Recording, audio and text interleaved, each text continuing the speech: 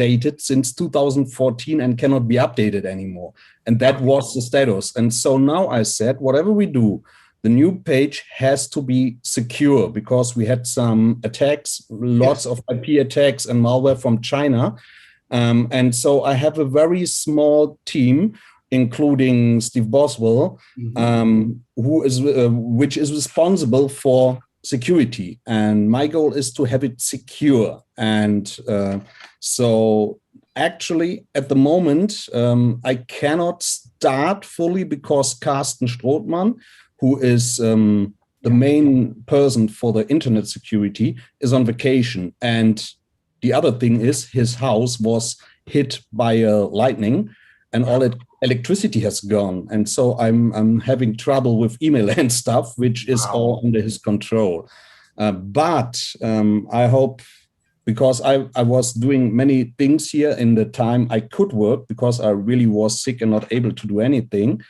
I have to check back. There was one little thing that I needed from Steve to make at least the forum go online again. And so we kicked the old design, and now I'm just need some security stuff working, because the new website is based on WordPress, and some links are not working for security reasons, because Carsten says, no, it can't be that way.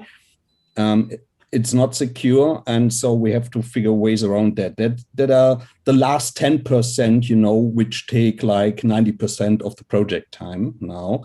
Of course. It's also the reason, for example, the web shop, the Abok shop, it offers PayPal buttons to pay with PayPal, but I had to deactivate that again, because when you do that, the website, the button will call external JavaScripts from PayPal, and that simply is not secure. And we have, because we are a German registered club, we have to be very careful with GDRP and all that stuff, and things are getting complicated. But I'm quite optimistic that the forum will be online within a few days. There is one little thing I need to have solved, and then I will send out a mail to everyone and go back online with the forums first. And then as soon as Carsten is back from his vacation, which will be next weekend, I hope that we get the site started again. Okay. Absolutely fantastic. I was going to say, if there was anything I could do to help, because I'm a Swiss Army knife of just of all shapes and sizes. I can, anything I could do to help, let me know. Yes, I know, I appreciate, but the point with that is also, of course, you can imagine in a computer club, 90% of the members are somehow affiliated to serious IT stuff. Yes. And a lot of people offer their help, but that's the trouble right now. Even with the very small team, it is really hard. Wolfgang Burger from Abuk did not tell me when I took over that I have to be an educated kindergartner to lead that club. So I tried to keep the team really small to get it running. And I will not expand the core team right now. As soon as we are running, then they can accept any help. But first, I have to make sure that the technical base is stable and running, and I will not exchange anybody of the team right now. The people, and I will not put in other people. The people who are doing the stuff now, if they decide to get other people's help, they will shout out. But I will let them do their work, and if they say we need more, then I will get active. Of course, that's sensible. Yeah, but the main thing is once the site is running, look at the old page. Actually, it can't be really that missed, because when I remember from when it started until before it crashed, it was not really changing at all. It was a static web page. The only stuff that changed there was the software resolve when I took it over and at least entered the results and the hardware section. But all the content was unchanged for years. And that is the trouble. It's not helpful if I have 20 people shouting out, telling me, hey, I can help you administering the site. I say, what use I do have of 20 administrators if there is no content to administrate? So this is the main focus now, get content Get new content on the site. For example, there is the new buy section, what to do with an Atari. This is totally outdated.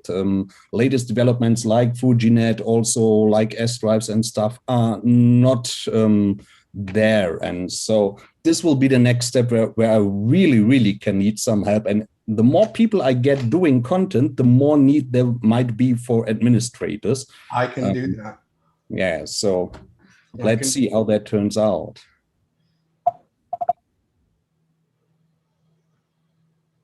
So what will be the next step? So the update of the software or more content? Or... Everything. So currently we are still, you have to know the old ABUK website was hosted physically on our own server. For whatever reason, ABUK got hands on an own physical server, which was placed in an internet center somewhere in Germany, but it was not connected with the other computers there. So it was not updated like 12 years, neither the hardware nor the software. And every time something was hung up and the old server was stuck regularly in the last years, somebody had to move there, drive there by car and get hands on the server, reboot it or whatever. And so I gave the decision to Carsten and he said, okay, we do it like you do it in 2021. There is serious rehosting and stuff. So we got a real server in a big server center and we got full root access, and Carsten installed his own base Linux and Mr. Robot installed WordPress and PHP BB3 on top of that base system. And they both have to make the connection. And there are some little things that are already solved. There are only a few broken links now for security reason, access, Linux files and folders have to be in the right access modes.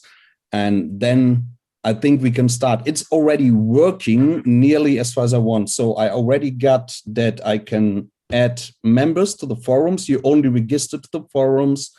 And the WordPress page will recognize, thanks to Mr. Robot, if you are a member or not, because in the new forums, we have 2 additional fields, which tells you your membership number and when your membership expires, so that you know when to pay again. And this field only can be changed by me. And this is the final step we are working on. It is there, but currently every admin can change it. And that's not good because I'm actually in hold of the membership list. And this is completely, the membership list is completely not connected and shall not be connected due to GDPR and safety reasons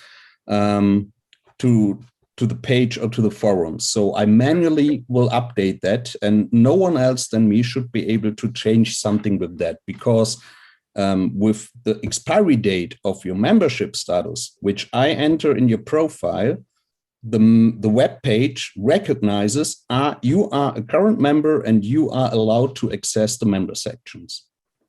Understand. So sounds like 20 years old technology. Right. Pardon? I did not get that. It sounds like 20 years technology you have, and you have to update with new one. Because yes, it was the Joomla actually was from 2011, and I've updated since then. And the main point was the connection between the forums and the Joomla page. Yep.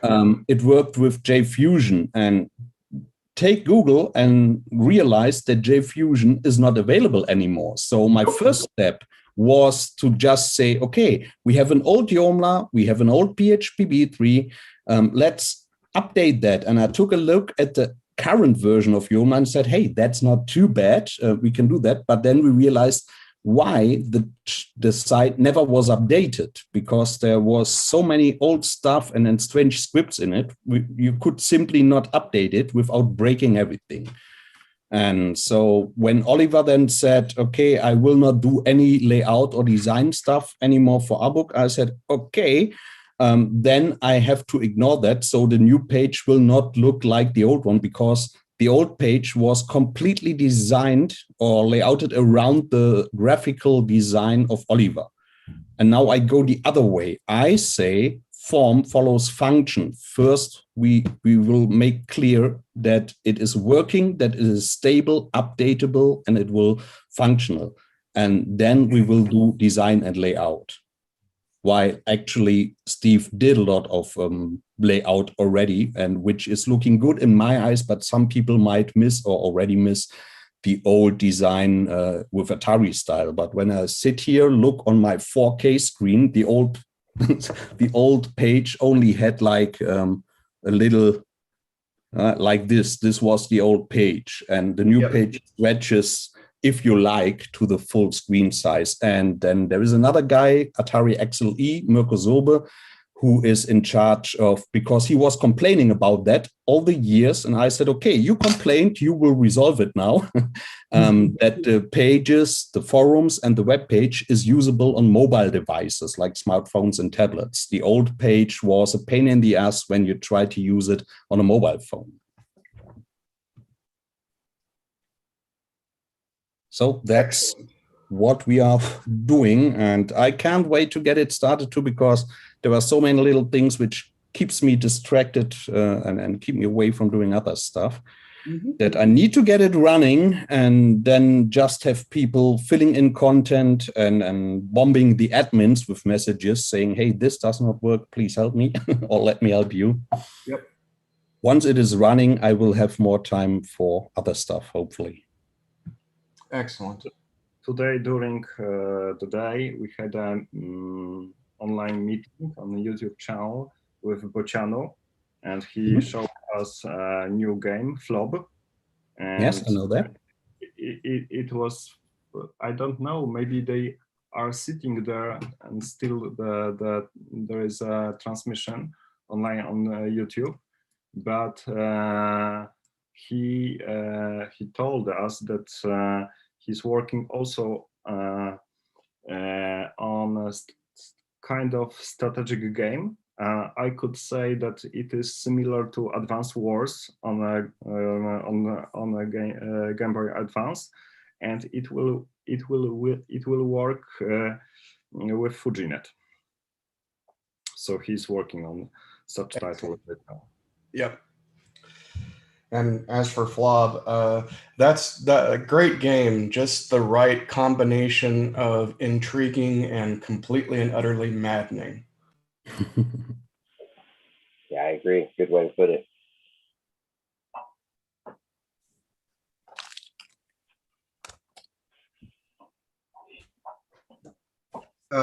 Well, I guess I might as well get the FujiNet news out of the way from my side. I've been trying to bootstrap other platforms and get other things in the way.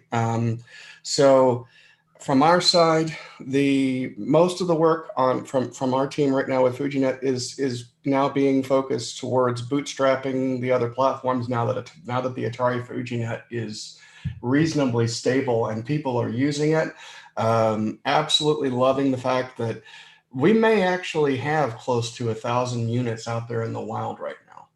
And that is absolutely jaw-dropping. I would never have thought in my wildest dreams. I have orange one, of course. Yep. Woohoo! And so now we have a couple of people who are working on bootstrapping the Commodore 64 implementation. Yep.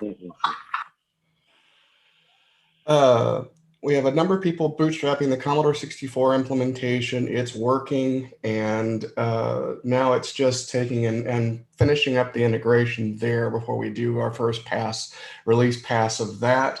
Then we can take and finalize and make the hardware. We still have to figure out how we're going to take and handle the coupling for the different bus connectors and the like. That's still something that's on the table, because right now we're basically taking the existing FujiNet units and then making little adapters to take and go to the other buses.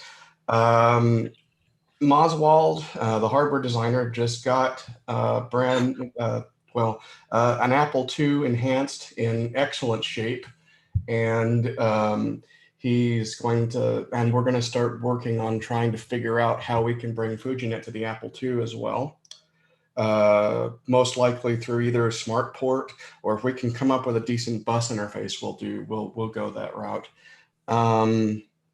And most recently, it occurred to me, I decided on a whim to look at the schematics and the technical manuals for the Coleco Atom. And turns out, well, that little AtomNet connector that's used to connect up the disk drives and the keyboard and some of the other peripherals is actually extremely generalized and a lot like SIO in a lot of respects. So it will be very easy to take and make a version of FujiNet that will take and plug into the AtomNet port on the Atom. So I'm going to be getting a Coleco Atom, borrow a Coleco Atom for a bit to take and work on the implementation of that. That's pretty much all the FujiNet news from my side of things. Except we're getting more contributors in. People are coming in, working on code and dropping things in, features that they want. And I'm glad because people are starting to figure out that if they want something that they can come in and they can help us take and make those features. And that really warms my heart a lot. It's one of the big reasons I do all of this. So anyway. So I have a question. How about what is the progress of development of FujiNet working with an emulator? Oh, you talk, okay. Well, APC has been doing some excellent work there.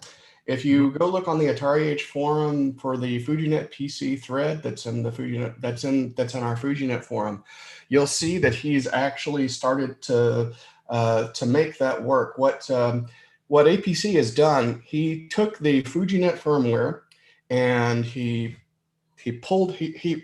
chopped off the bottom of it, the ESP32 specific parts, and replaced it with generic x86, just generic PC stuff, and made FujiNet PC that can run as a standard process in Unix or Windows or whatever.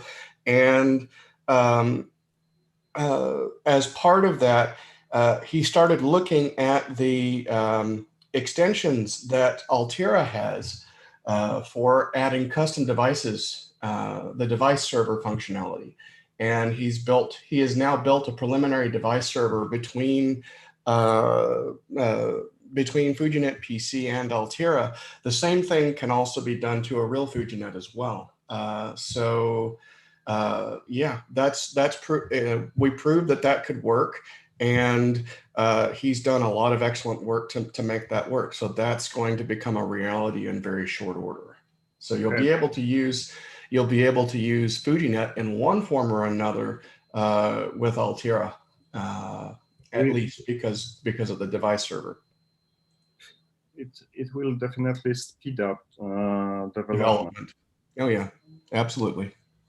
Absolutely. So we have 10 minutes after the start, and we have 20 people. Nice. Excellent frequency, and we a little bit. We will give time people to enter our session.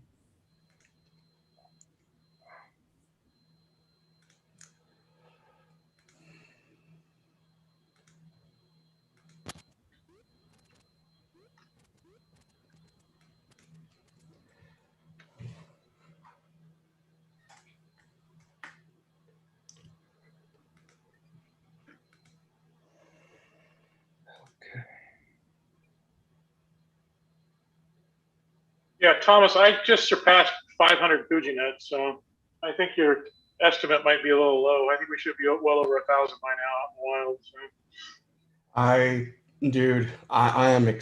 I'm like, wow. I would never, I could never have dreamed, and I'm happy. I'm glad people are grabbing this thing.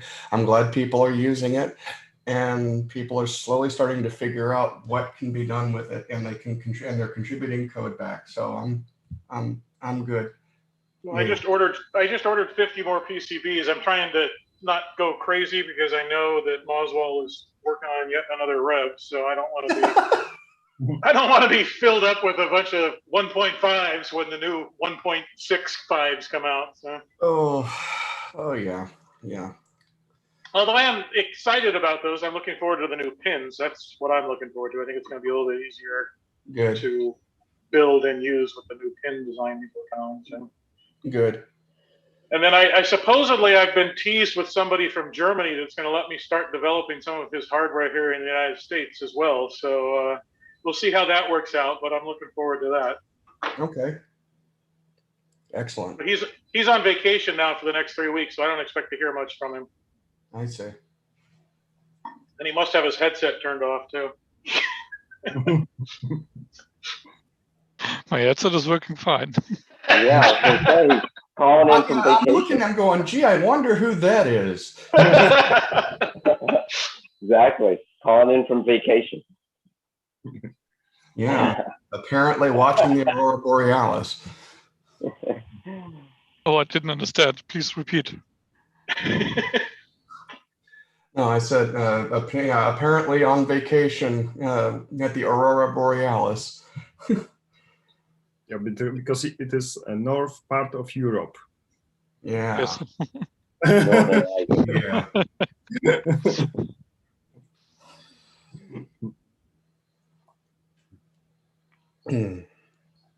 So Thomas, after a few weeks using FujiNet, I think that it could be quite a good option on the first screen because right now there are possibility of choosing some file to mount and mounting points.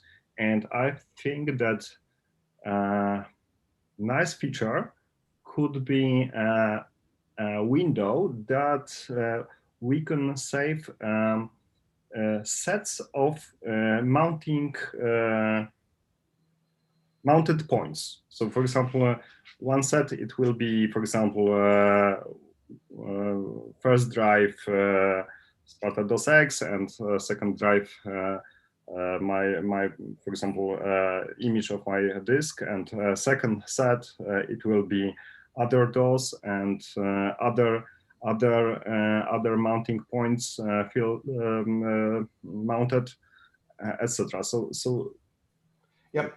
I've defining sets of mounting points. Yes, I've been thinking. Well, you're thinking about. I would call them device slot groups or something similar. Yeah. I've been trying to figure out how best to do that in a way that makes sense. So yeah, I will do that at some point. Yeah, because for example, when you're changing development configuration, it will be much easier to start a new session. Yes. Yeah. Yep.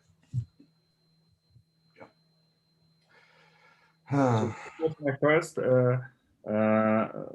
suggestion. Second thought, it was to new feature for the printing, for the printer. For example, printer. For example, possibility to set email address.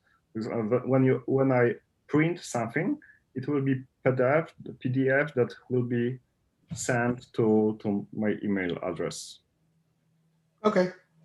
Something like that. It could be fine. I can. That's easy enough to whip up. I think it could be easy. Well, it's been kind of.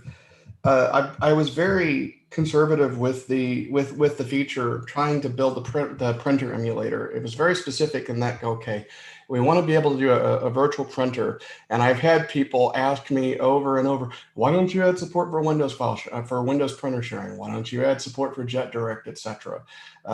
And it's literally because it's the year 2021, and literally putting a printer on a network is still a fucking nightmare. Yeah, I remember that you said about that. But if you, for example, do the queue via email of PDF via email queue, it could be connected to anything. I suppose. Right. Yeah. Yeah. Like I said, and this is something that's important for people to understand.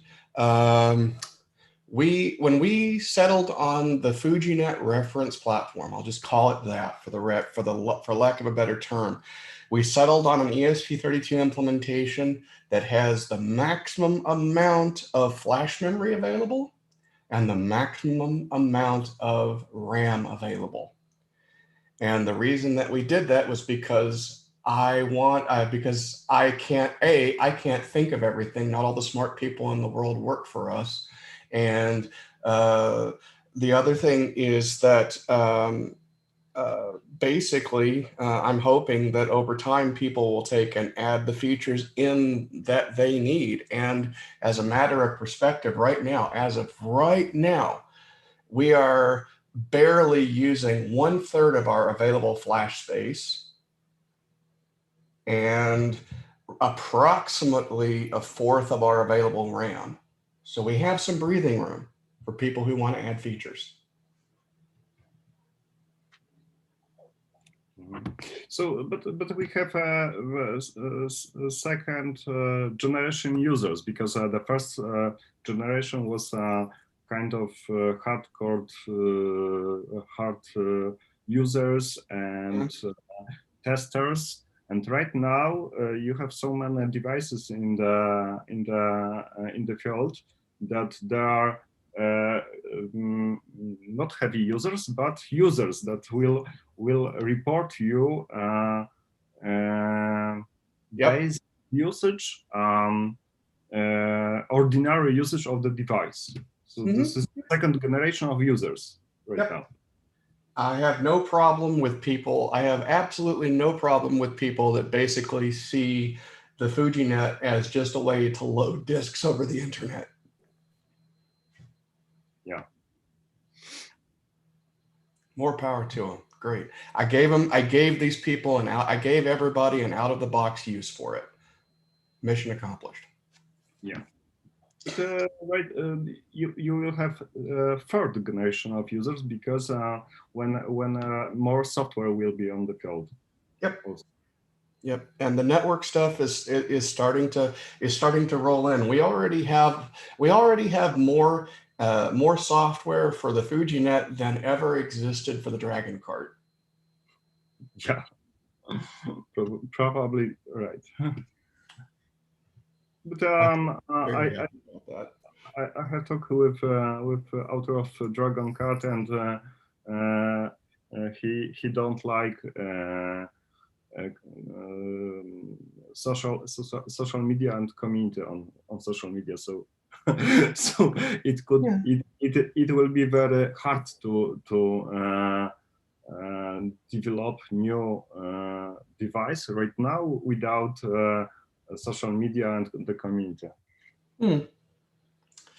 So yeah, like I said, it's I'm hoping people. Like I said, my position here is to act as I'm just the guy that's working on the firmware, and my goal with the firmware is to provide a solid base on which others can go, hey, I can make something neat with that, and they can go off and do it. They can work with me to make the pieces that are needed to do that.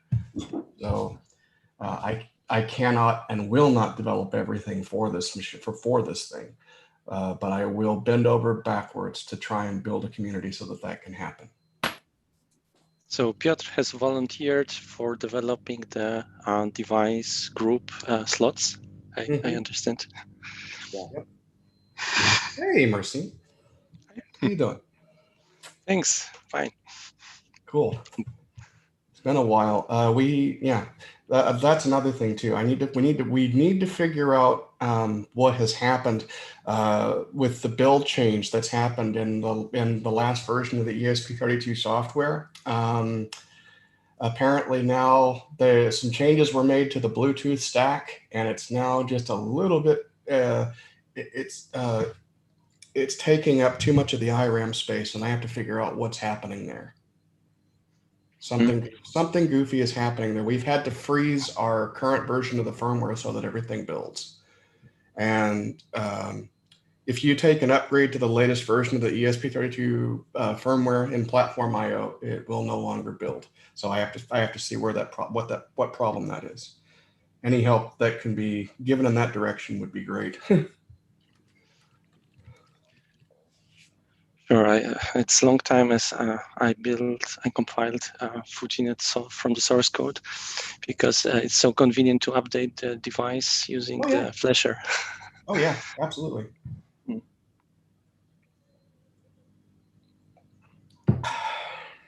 So I'm going a little different way, because I have to admit I'm watching FujiNet for a while, and I have it for a while. And every time I try to learn what FujiNet is, I get confused. So imagine here are many experienced people, but I realized from the feedback to the latest magazines that there are many people who are like beginners or standard users who just want to use something. So I got a lot of feedback to that simple assembly crash course in the last magazine. From people who said, yes, I was coding even in assembly like 30 years ago, but I forgot it completely. And so this is why I tried to get FujiNet out in the field. So we ordered 50 pieces for the ABUK shop, and I already got like 15 pre-orders for that. So I cannot order like 200 at once. That's too much money, but I think we will get it distributed because it's more convenient. ABUK still has the most number of members in Germany. And for many of them, it is really complicated, or they just don't want to order from foreign countries, maybe US or now even Great Britain, since Brexit is getting complicated.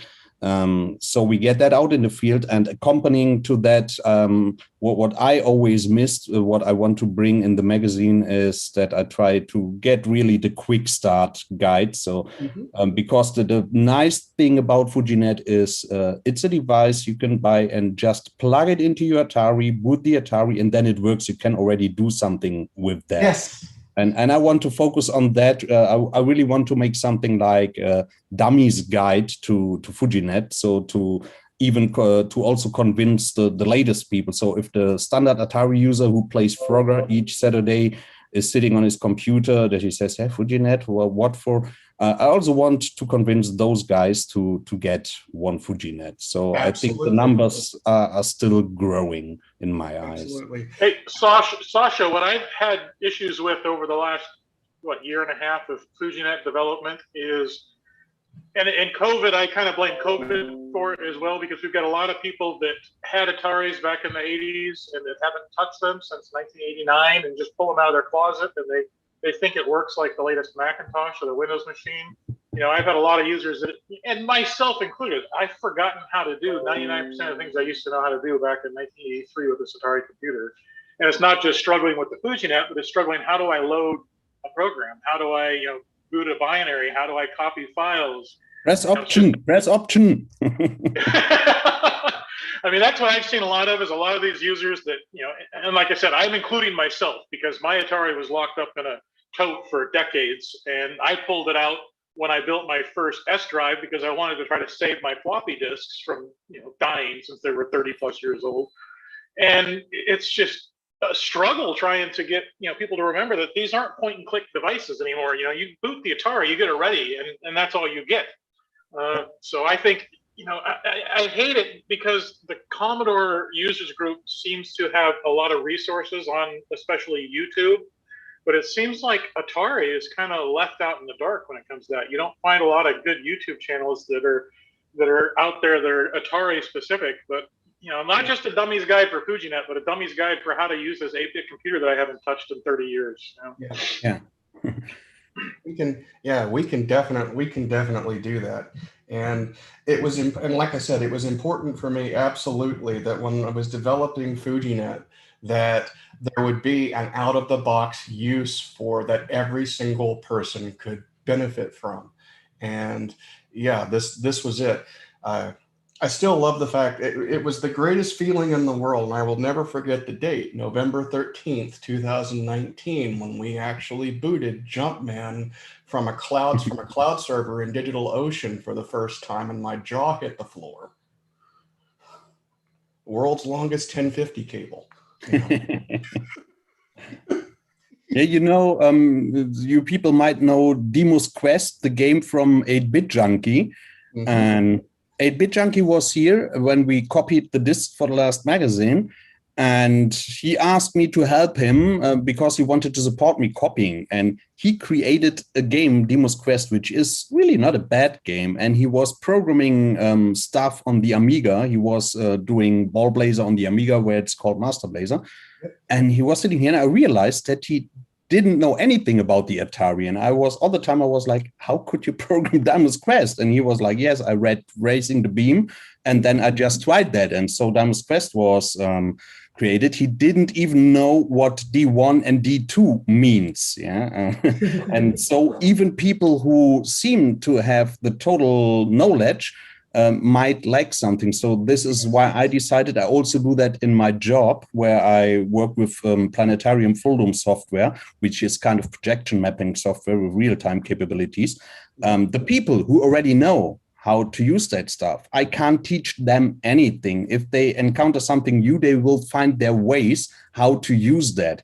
But there are so many people who never get into it because they are missing the first steps. Nobody is taking the beginner at the hand and says, come here, I show you how to do. And when I'm sitting in a classroom, or I also get taught, of course, and I realized, oh, there were 20 people sitting around me and they didn't get it. I got it, but they didn't, but no one is keen enough to ask. Then I'm the one who asks the stupid question, because there are no stupid questions. And I see how thankful other people then are, because they say, oh, there were all those professional guys. And when I ask this question, oh, I can't do that.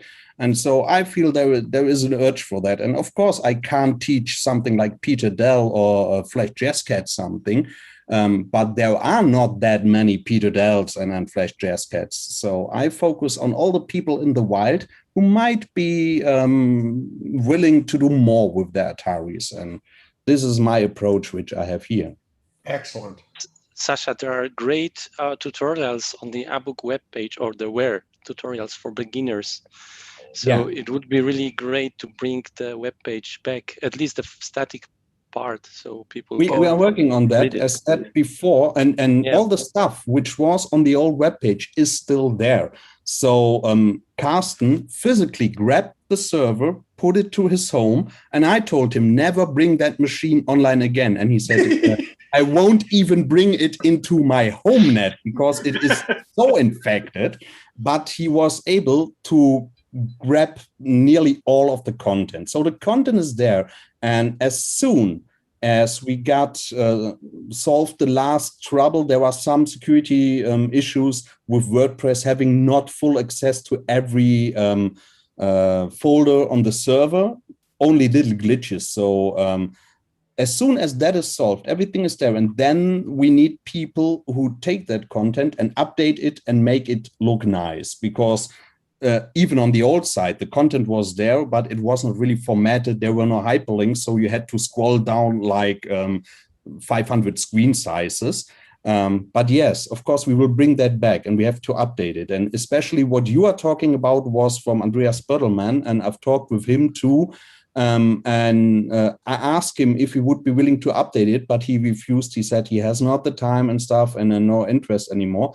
But the content is there, and I'm very positive that we find people who say, okay, I want to update it, bring in the latest stuff and everything. We can add stuff like pictures and all that. Yes. So I can't tell you. The only thing I can tell you that currently we have the problem. Carsten is on vacation until July 22nd.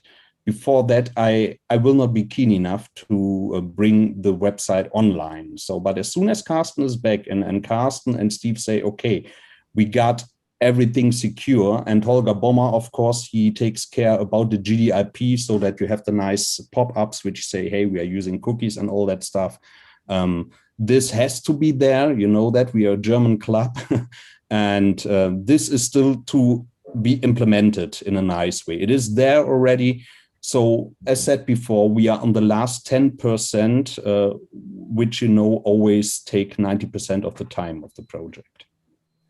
Okay, you guys, don't want to interrupt, but we need to get our special guest who has made time to come and chat with us. We'd want to honor his time. And some of you are probably familiar with what's been called one of the most frustrating games to play on the planet, Montezuma's Revenge. And I loaded it back up last night for the first time, and I can't even remember how long, and proved to myself how bad I am at video games, but especially this one and how frustrating it is. I mean, I died so many times, it's not even funny. I just start laughing now every time I die. But anyways, we've got our special guest who was here. Let me make sure he's still here. Where did he go? Oh, there he is. Rob Jaeger is here, and he is the one that has provided many countless hours of video game frustration for people around the world. So Rob, yep, there he is. And he's unmuted and everything. It looks like he's got a couple of nice games in the background too. So with that, Rob, tell us all about yourself and this lovely, frustrating video game.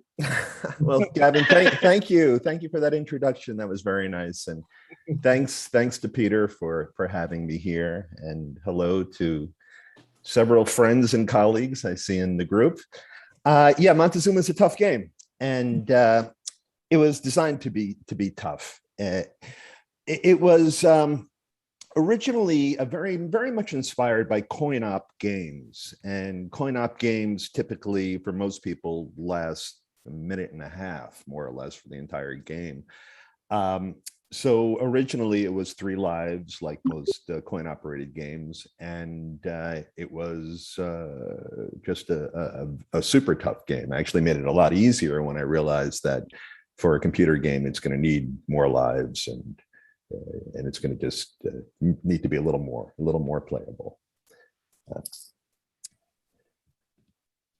I'm happy to talk about my history and the things that we're doing now with Montezuma. The big news, I don't know if everyone is aware, as far as in the Atari world, is that we've been for many months developing the director's cut of Montezuma's Revenge, which is my vision, my original vision of Montezuma. Most of you guys know that my original code, my original game was leaked in the what's sometimes known as preliminary Monty, or the Montezuma demo, which of course has the attract mode, the interesting beginning. It has the bat. It has several features.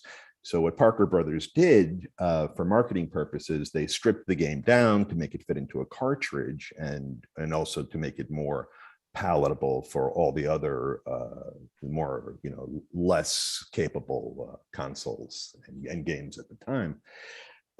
So what they did is they reduced it. My original vision was it was supposed to be on a floppy disk, and it was supposed to require a full 48K Atari computer, which was the maxed out Atari of the time. So what we're doing now is finishing what I started in 1983, and it's really exciting, and hopefully we'll be taking it to market this year.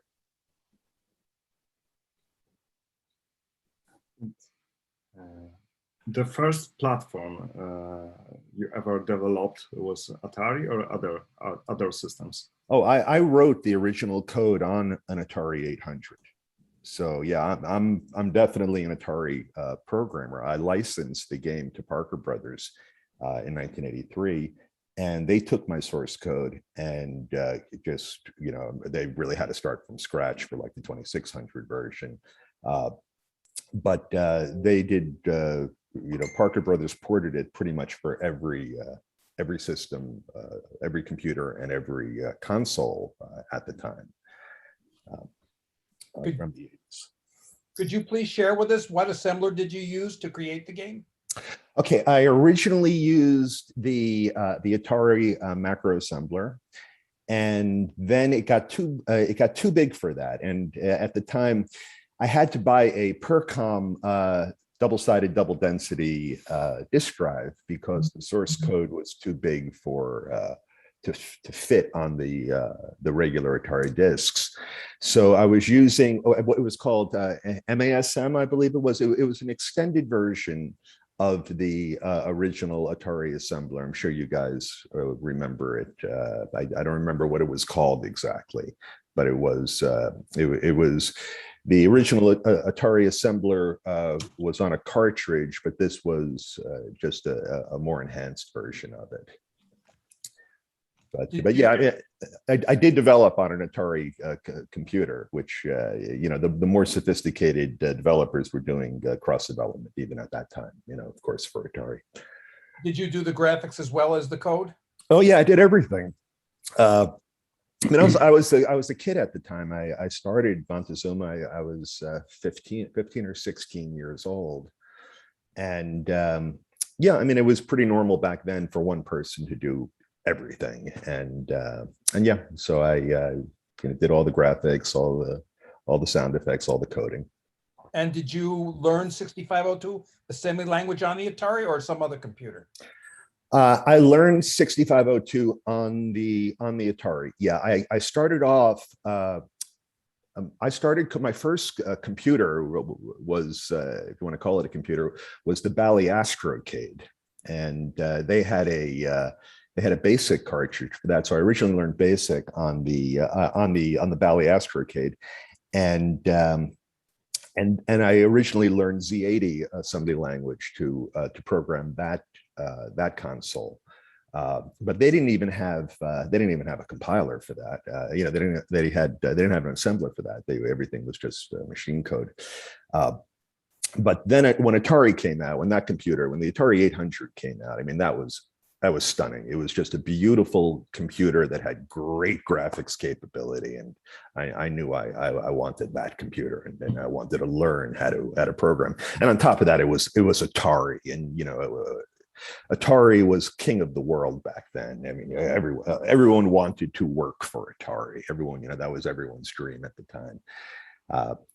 So yeah, I got the Atari computer. I was, very fortunate that my family was able to get one for me as a kid. They recognized that I had a talent for computer programming, from the Valley, and even before then. I started computer programming when I was probably 10 or 11 years old. So I was fortunate to be able to have an Atari computer fairly early. When you think about it, they were very expensive. I mean, back then it was $800 or $900, which is probably around close to $3,000 these days, $2,500 or so. But yeah, I learned on my own. Just at the time, there were no textbooks, really. There were reference manuals, and there was limited amount of code that was out there. But like you guys, I mean, it was a real passion. You just really wanted to learn and just learn how to do new graphical things, or just figure out how to optimize the hardware with the best possible assembly language. So, Rob, are you actually doing the development of this director's cut, or you just license it out to someone? Okay, let me explain. I still code every day. We are currently selling. Montezuma is released for iOS, for Android, for Steam, for Windows 10, Macintosh. So I program the cross development, the cross-platform version. And I am coding the developers, the director's cut on my PC, but I'm coding it within Atari restrictions. The actual programmer who's working on it is his name is some of you guys probably know him, Christoph Dudek, who's a phenomenal Atari programmer. So he's working under my direction. Right now, I'm currently working on coding the boss. So the director's cut, I'll explain a little bit about the vision. You may remember at the end of the leaked version, there is a boss Montezuma that stomps his foot and kills you. And there's no way to beat that boss. I never finished it. Now you have to remember, at the time, I signed with Parker Brothers at the point when the game was that far along, and they just said to me, like, don't bother finishing it. We're gonna, we're just gonna reduce it. We're gonna cut it down, and here's a bunch of money. And I'm 16 years old, and so at that point, I'm like, oh, that's great. What was I leading to here? Yeah, okay. So I'm doing all of the design work. So right now I'm working on the boss. It's really coming along well. It's a lot of fun, and Christoph is taking my C++ code and my graphics and everything, and he's writing assembly language, and he's a real whiz. So my time is focused on the cross-platform version, which is way more work than I ever imagined it would be. And I have the Atari version. I also want to mention that we have this is an Atari group, so I won't get too deep into this. We have a Nintendo version coming out this year too, which is really exciting. And I see if Felipe is here. Felipe Renaud is the programmer for that. And that we're calling the Lost version. The Montezuma's Revenge never came out on the Nintendo Entertainment System, which was a big mystery, because Montezuma was a real hot game of the 80s, and almost every game that was hot in the 80s did come out for Nintendo. And the story behind that was there was a Sega Master System version of Montezuma, which did very well. It was a very popular game for Sega Master System. So what happened, Sega Master System came out, I guess it was, you guys know what year Sega Master System came out, maybe 89 or 90. It came out later than the first generation, of course, of video games. So at the time, Parker Brothers came back to me and they said, listen, we want to do a deal for Montezuma. And I'm like, yeah, that's phenomenal. Let's do a Sega version. And it was, it was a very nice deal. And at the time, I've kind of moved on. Some of you guys may be old enough to remember the video game crash of 1985. I was very lucky to get Montezuma in, that it got released before that, because Parker Brothers, they threw in the towel. They said, okay, no more video games, and then they came back and did the Sega version. But they pretty much quit. Many big companies were destroyed in that crash, and most of I felt like, oh, okay, I got lucky. Video games they were a hot craze, and I got my game in, and that's great. And at that point, I love video games. I love creating games, but I also love computer programming. And at that time, my career moved on to financial technology, graphical applications in financial technology. So I wasn't thinking so much of Montezuma, and I wasn't thinking so much of Nintendo. And of course, soon after I did the deal for the Sega version, I was contacted by a major Japanese company that wanted to make a version of Montezuma for the upcoming Nintendo system. And I said, oh, I'm interested, but they didn't at the time. When you're a developer back then, there was normally an advance and a minimum, and you're basically guaranteed. There was a guarantee that you would make money in the deal.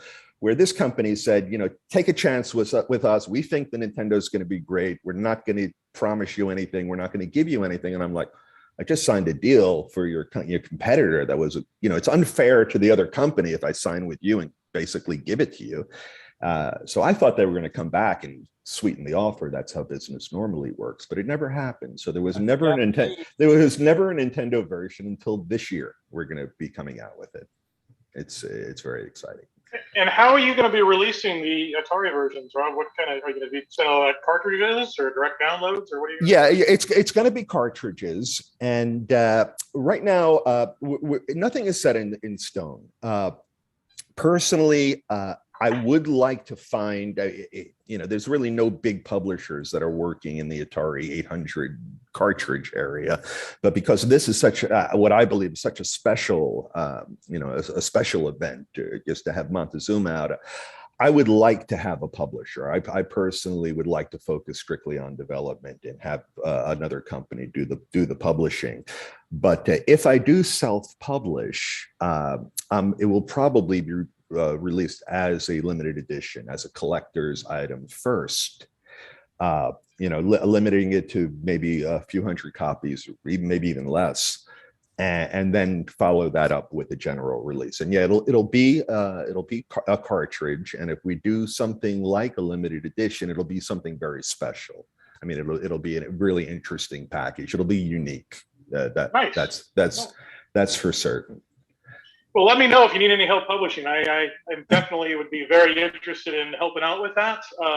I just brought back the ACE 80 and the DT 80 cartridges and reproducing the actual cartridge and packaging. And I'm working with Near on a new game that we're going to be releasing here in the United States from Poland on cartridge. So we've got some cartridge design and production experience. So. Well, I appreciate that. And let's chat privately. And if anyone else is interested and has experience and contacts, I mean, if I'm going to be self-publishing this, I'm definitely going to want someone in Poland and someone in South America, in Chile, would be best as a distribution partner for those countries, because Poland and Chile are incredibly important in the Montezuma world. So please, and also, I mean, as far as I see. Rafael is here. Rafael Dudek is a phenomenal artist who has the latest version of the cross-platform Montezuma, has modern graphics, so you could play in retro, similar to the Atari, or you could play in modern graphics. And over the last several months, Rafael did a phenomenal job updating all the modern graphics. So it's really exciting. Are you guys using a game engine to do the cross-platform, like Unity or something like that? I'm using Coco's 2DX Coco. as an open source, for the engine. Is the director's cut any easier than the original? Okay, I'll talk a little bit about the director's cut. No, it's not gonna be easier. It's gonna be a lot more difficult, actually. But well, just so you know, after a week of playing Montezuma, back in the 80s, I took the cartridge and threw it across the room. We're going to have to, the boss, I'm working on the boss right now, and it's so much fun because this is something I've been thinking about for 35 years. So the boss, we're going to have to make it possible to resume at the boss, to be able to fight the boss and resume at the boss, and not have to go through the whole pyramid to get to the boss every time. But also there's going to be new rooms, there's going to be the levels are going to be different. They're going to be improved. I was never happy with the lower areas of the pyramid. They were never completed. The upper three or four levels are good, but the lower area is very helter-skelter. It's too many repeated rooms. So there's going to be some changes in the pyramid design, and you're going to have to explore more of the pyramid on each level. You're not going to be able to just whiz down, and you're going to have to you're going to have to cover more of the pyramid on each level in order to complete it. It's going to be more difficult, but it's also going to be a lot more fun. It's going to have new rooms. Really, it's the boss that's the exciting thing. The boss challenge is also. So when you die, are you going to be brought back to the beginning of the game, or are you going to be able to progress? Well, we're going to see what we can do. That's what I'm saying, because of the boss, we're going to have to make it a way so you could resume a little easier, or have some kind of save points. I don't want to speak out of school because I'm not doing the coding on the thing. But it's exciting. It's really exciting to be coding, even though I'm not coding assembly language on the Atari. I'm still coding within those restrictions, and I'm trying to get the best animation and the best possible graphical game experience that you can get out of out of those restrictions, the characters, the player missile graphics of the Atari. Now that you said that, let me ask you this. Now that let's go to today's date versus when you were a kid. Okay. Now that programming techniques have come so far and you've learned so much, are there things that you can do with the Atari today that you couldn't do back then? Oh, well, me personally, no, but I can tell you right now, Christoph has done some things already that have just really impressed me. I mean, it just is things behind the scene, not things that you see so much, as things as far as data compression and just improving the music engine, being able to just have he did some spectacular things with my code already. I don't. I mean, I haven't coded in assembly language in probably in 20, 25, 30 years. So you know, I don't. For me personally, I felt that when I wrote Montezuma, it was partially me showing off what I could do with the Atari, what I can do graphically with it. I'm sure since then a lot of people have done, you know, quite a bit more. Now, go ahead. I'm sorry. I'm sorry. Is there any way for you to autograph my Montezuma and autograph the new one? Well, okay. As far as the new one, if I do the limited edition, I'm sure it'll be autographed for certain. If you want something autographed, you can contact me privately, and we could arrange. And how do I do that? The best way to do it. Well, most of the promotions that I do are through the Facebook page, Montezuma, Facebook/Montezuma's Revenge a Game. So okay. you can just contact me through there. My email is robj@normaldistribution.com. It's a long email address, but it gets to me. But yeah, the Facebook is best. Facebook, Montezuma's Revenge Game. But Bill, you threw your cartridge against the wall, Bill. So what are you going to send me? A pile of junk? I'm going to buy a new one.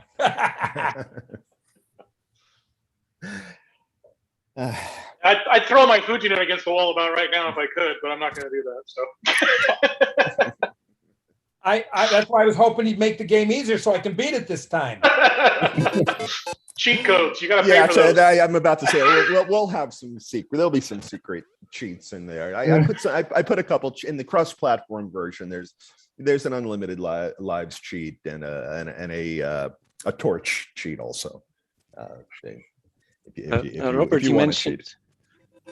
you mentioned that you are working with Krzysztof Dudek, and I know he's a fan of undocumented opcodes. So please make sure you tell him not to use it, because maybe it will work on one of the 8-bit machines and not on the other. I will. Okay, I will bring that up. Yeah, we should never do that.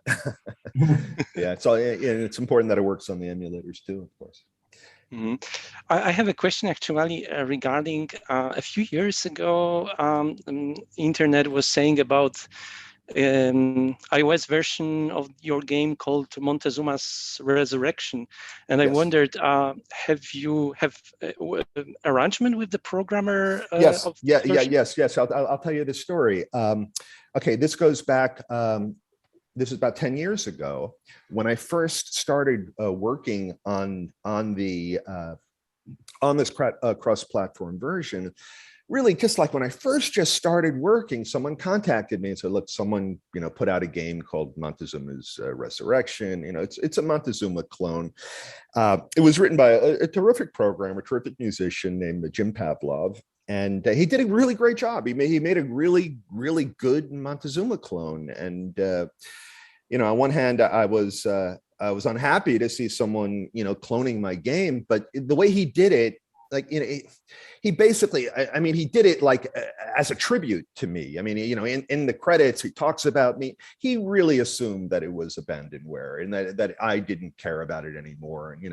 People, I didn't really create a Montezuma product in many, many years. So, of course, I was upset to see someone, using my intellectual property, but I was also impressed with the quality of the work that he did. And I also felt that he was a very sincere person. So I basically went into business with him. I said to him, let's turn this into the official version. So the original code of the iOS version was written in Objective-C by Jim Pavlov. It was called Montezuma's Resurrection. And I took that code, I converted it into C++, and at this point, pretty much everything, it's kind of like at what point, like everything has been replaced and renovated, and all the graphics have been changed and updated. But yeah, the original cross-platform version was originally based upon Montezuma's Resurrection. So yeah, so that was out for a little while. But Jim's a friend, and I thought he did a phenomenal Montezuma clone. Have you written any other games? Yeah, before Montezuma, I guess the first game I did was called Chomper, which was a really weak orthogonal Pac-Man clone. I did that. That was distributed by a small publisher called MMG Software. I remember. After that, I did another clone, another coin-op clone called Pinhead, which was a clone of Kickman at the time. So, and I actually went into business for myself. I should say for myself. My father, of course, helped me out a lot with that. And we sold Pinhead from the basement of my parents' house. So it was available on cassette and on floppy disk, and it was selling. But when I after I did Pinhead, I realized I want to do something original now, and I don't want to copy arcade games anymore. And I was my friend Mark Sunshine was at my house, and we were sitting around the computer just talking about video games. And I'm like, give me an idea, give me a new idea. And Mark is like, why don't you do like a Central American theme and call it Montezuma's Revenge? Montezuma's it's a double entendre, play on words. Montezuma's Revenge, like just revenge as just being the name of any type of exciting game. But of course, Montezuma's Revenge is the diarrhea that people get, that the gringos get when they visit Mexico. Yep. So for him, it's it was just a joke, his joke. I'm like, okay, let's go with it. And so I always credit Mark for the original concept of Montezuma's Revenge. And Mark is a great artist, and he contributed to the art of the cross-platform version. He did most of the modern characters. He's also a great musician and a great friend. So yeah, let me, while I'm talking about the guys, okay, I always, of course, Mark is always credited for the concept, and Felipe, who's here, did a tremendous amount of work on the cross-platform version too. Also in the some of you guys are probably know Peter Bendick, XTD, great musician. He did the music for the most current version. He's also doing the music on the director's cut. And let me see if I hope I didn't forget anybody. There's quite a few people that have contributed. I mean, as far as beta testing and just so many people. My company is really me. I mean, I cannot afford to have a normal staff of people, and I'm incredibly grateful to guys like Philippe and Rafael, who contribute to this product. And I simply cannot afford to pay people properly, but these are people that are just terrific fans of the game, and they came to me. In the case of Rafael, he did some terrific fan art that he just contributed, and I'm like, wow, this guy's really great. And Felipe came to me also as a great fan of the game with a proposal for the Nintendo version, and I took him in to do coding on the cross-platform version too. So I'm very fortunate. Both these guys are welcome to jump in too if they'd like to share some of their ideas and thoughts about the game too. They're more than welcome to jump in. Very fortunate to have these talented guys contributing to the project.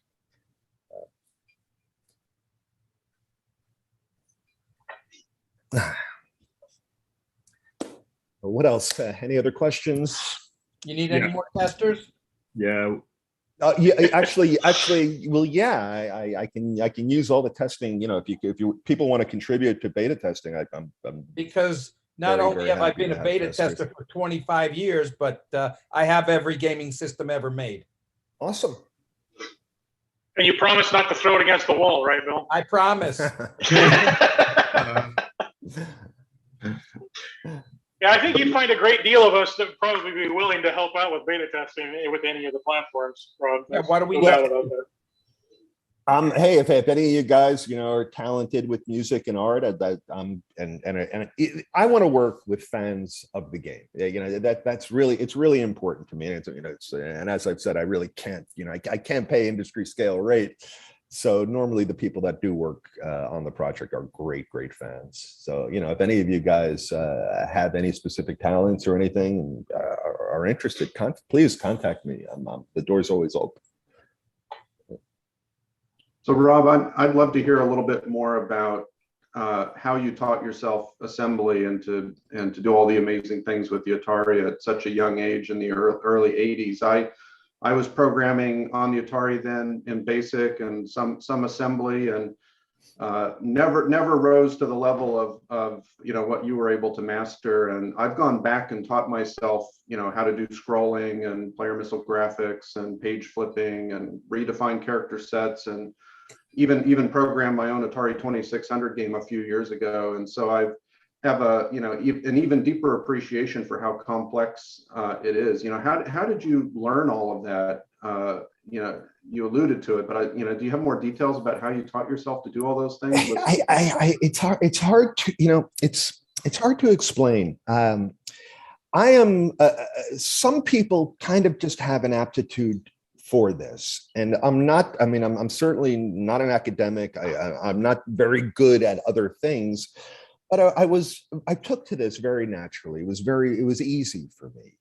But the real problem at the time is that there were no books. There were no books written on. There were no instruction manuals. All you had were the reference manuals, you know, from the chip manufacturer, and there were better books for the Z80 than for the 6502.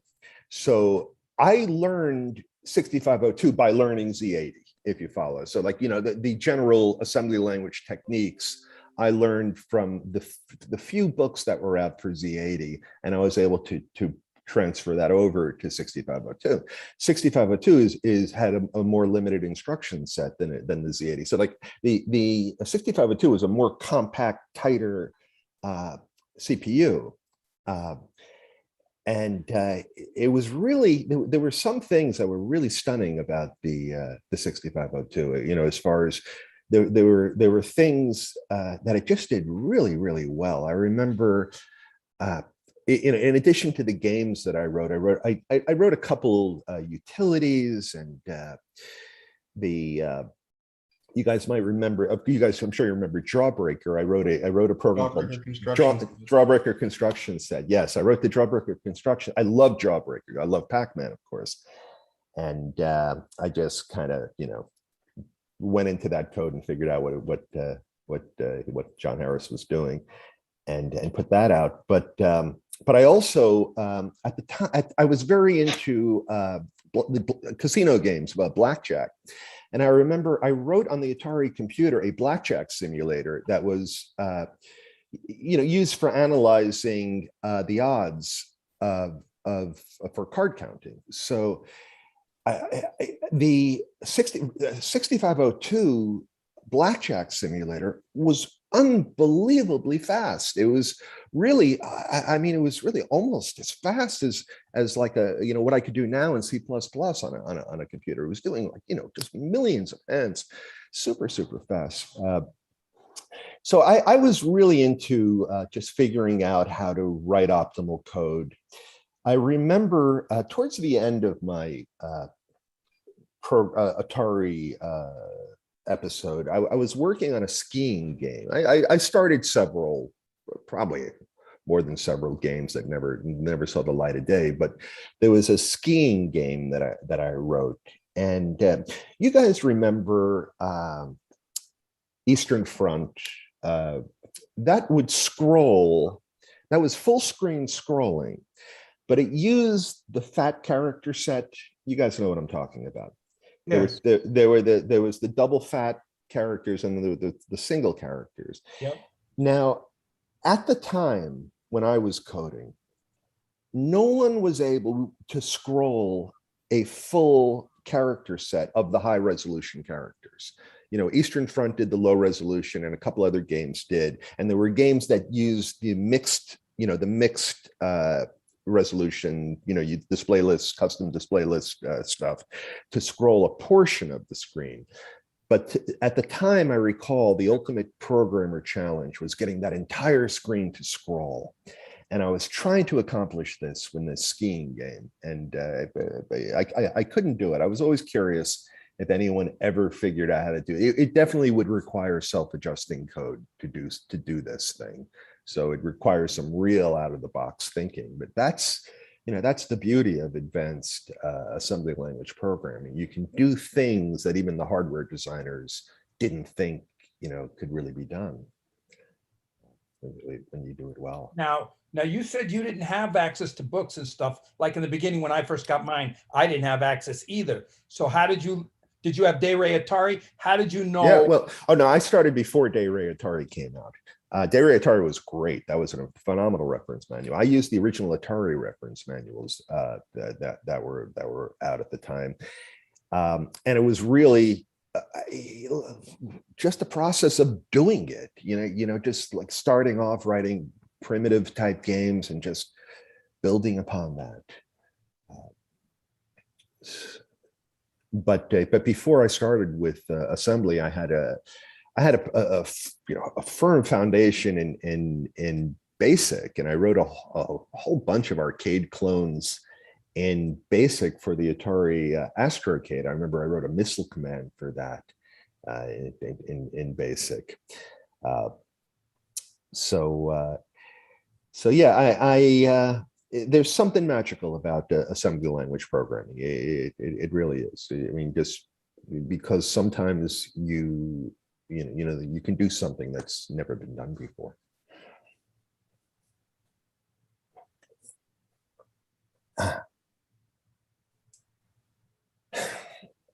Any other questions?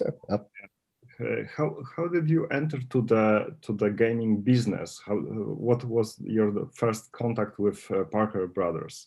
Oh, good question. That's okay. At the time I was selling Pinhead from my parents' basement. I hear Jawbreaker music. So now the audio's working? Yes. Now it's working. This game was one of my favorites. I used to work for this company when I was a kid, so I love serial online stuff. I had this on cassette, so it would take me 45 minutes to load the thing whenever I wanted to play it. But Atari never said that it was a copyright infringement. Jawbreaker? No, well, I'm looking at this. Is this the original Jawbreaker map? Most people don't. So. No, it is not. It is most definitely not. The original map was the Pac-Man map, and that had to change. Yes, thank you, Thomas. Yeah, most people don't remember this. Yeah, I bought Jawbreaker like the day it came out, and it was the Pac-Man maze, and they changed it to something else. They obviously got in trouble for it, but. What I was saying, the story behind how I actually met Parker Brothers was interesting. So I had my Utopia software, my little business selling pinheads. It was putting the boxes together and stuffing the boxes and shipping them off to mainly to computer stores directly at the time. And it just so happened that my father met someone who was going to exhibit at the Consumer Electronics Show. The Consumer Electronics Show, you guys probably all know, is this is the predecessor of the E3. So the Consumer Electronics Show was the show. That was the show of, that's where the entire industry showed everything. So I had half of a booth, but I wasn't in the video game section. I shared a booth with a manufacturer of blank videotapes. So we were in the VHS, the video section, which meant we were in the porn section. We were with all the X-rated movies, all the X-rated actors, and it was like a carnival. I mean, it was a completely different show where I was. But however, everyone that visits the show visited that, that particular building. So my game got a lot of exposure. And we noticed that, everyone has a little name tag at the show. So we noticed that guys from Parker Brothers were looking at, we were showing Pinhead, but we were also showing Montezuma. Like Montezuma was like, this is the upcoming game. I wasn't thinking of licensing it. I was expecting to make a disc, a 48K disc game, a magnificent giant fun game called Montezuma's Revenge that would be the ultimate Atari game. And the guys from Parker Brothers, they took me aside and said, listen, you don't want to sell, you want us to sell this. You don't want to sell this game. We can do worldwide marketing for you. We can get it done. And I mean, of course, everyone knew Parker Brothers. It wasn't a difficult sell. But they were extreme. I mean, they treated me like a rock star. It was really something. I was 16 years old. They would send a limousine for me, and it was a special time. However, at that same show, I did get in trouble for Pinhead. Okay, so the guys from Parker Brothers were standing around, looking at Montezuma, and me and my dad were like, "Yeah, this is cool." And then we saw guys from Bally looking at Pinhead. And I'm thinking, well, this is not so good. So Midway, they sent me a little letter saying you're not allowed to sell this. So of course, I killed Pinhead, and it's embarrassing now to tell the story, but back then things were so different. I mean, back then, like, do you guys remember Galactic Chase? Yep. I mean, that was a great Galaxian game, and there was and Jawbreaker, of course. Well, they got in trouble. They just changed the maze, and then they got out of trouble. The copyright laws. It was so new. The industry was so new. And think about it. I mean, Sierra Online, that produced Jawbreaker, the best Pac-Man clone, they were the #1 company in the industry at the time, and they were huge. And they just said, okay, we're going to come out with a clone of Pac-Man. It was so normal at the time to create a clone of an arcade game and just assume it's okay to do this. That was my line of thinking as a 15-year-old kid. But then when I saw the Valley guys, I'm like, okay, they might be a little upset about this, and they were. So I never did that type of thing ever again. Yeah, cloning was a big thing back then. I mean, Sierra did a couple of games that were kind of clones and knockoffs. The artwork that I put up on my screen, that Jawbreaker cover, that my dad actually painted for the Sierra Online. He made a couple of their game covers. No kidding. Oh, cool. Yeah. Very my cool. dad did that, and Threshold and Sabotage and Pegasus, and then the Cranston Manor cover of their text adventure, video graphic adventure game. But Sierra was fun. I grew up in Oakers, so we used to go dumpster dive at Sierra's dumpsters at night and grab the discs that they would throw away and see what we could come up with. But yeah, it was a whole different era back then. Oh yeah. Yeah, it sure was. But it was so much fun. It was so much fun to be an arcade kid in the 70s and early 80s, where like every month there would be a new genre of video games. I mean, it would be something totally different, totally new, that would just blow you away. And then, even as being a young teenager in the Atari world, and just seeing that evolve, and the games getting better and better. But yeah, Atari was it was just a fun. I remember Star Raiders. Seeing that demo, because I was there right at the start, and it was like, wow, that was really, any 3D graphics at all at that point in history was like, wow, that's amazing. That they did a really nice fake 3D on that Star Raiders. Absolutely, yeah. Absolutely. That was terrific. That was a terrific program. Yep. Real-time 3D space simulation in 8K of ROM. Yeah. Do you guys remember Way Out? You remember that maze game? Way Out? Paul Allen's time, Terrific, Oh, yeah, the terrific rendering.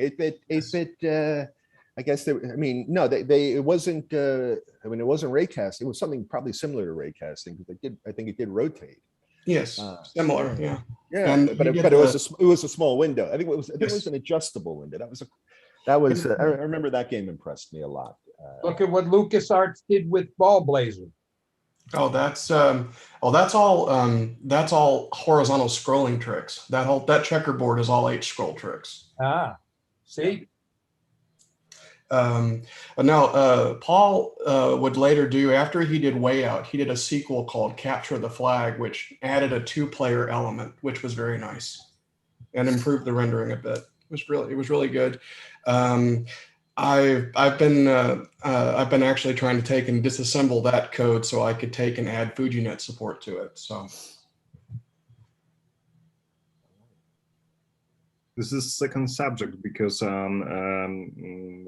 mentioned that new version of Montezuma will be on the cartridge. Yes. And on the cartridge, we have right now FujiNet solution, and I wrote about that in a message to you day before, and we had a discussion before you join us. And what do you think about digital distribution? Because soon it will be possible to do that. Maybe we should talk with Thomas about making some kind of app store for retro games, retro software, and maybe it will be possible to cut the costs of the making cartridges and distribute software by for example FujiNet and even earn on that. sure. Yeah, well, I certainly will want to do a digital distribution of the cartridges. I mean, I realize once the hardware is out, you know, the pirate boards are going to get a hold of it immediately. So I would like to have an official digital version out there. So yeah, we can talk about that privately. Yeah, because for example, you know, I can Gavin has a company that produce hardware. This is kind of, I have, for example, right now Atari with connected FujiNet, and this is Wi-Fi device, and it is possible to boot games from disk images via internet. So maybe Thomas will say more about that. Well, I mean, that's the thing. We could definitely take and make some sort of app store infrastructure. Anybody who wants to take and hack with me on that, we can take and make something that is equitable to people who want to take and do commercial distribution without falling into some of the traps that the current app stores fall into. I have no issue with that. So, like I said, this is what I built here as an open platform, and I want to see where this goes. all right, Gavin, what's going on there? You see that? He's rebooting, and it looks like he's using a RetroTink as his scaler. So when the Atari goes off, color bars come up. Okay, I just saw that. I saw Montezuma's Yeah, page with a bunch of junk over it. he booted with BASIC enabled. Okay, I think so. All right, Yeah. can I ask you a question about the cartridge? of course. The way that OSS, or what were they called after they changed it? They created bank switching inside cartridges. So Mhm. I'm sure in order to get the most out of this game, it needs to be 48K. So We have the cartridge is going to have access to a lot more than 48K. Yeah, we're going to be using. I mean, we're very likely going to be using. I don't think we're going to really need that much more, but yeah, we're going to be using a bank switch cartridge. It's not going to be like an old-fashioned Atari cartridge. Right, It'll be more sophisticated. Yeah. Right, but you're going to be able to take full advantage of the game and use, however much memory is required. So if you required 128K or whatever, you'd make the cartridge so that the game can really be what it wants to be.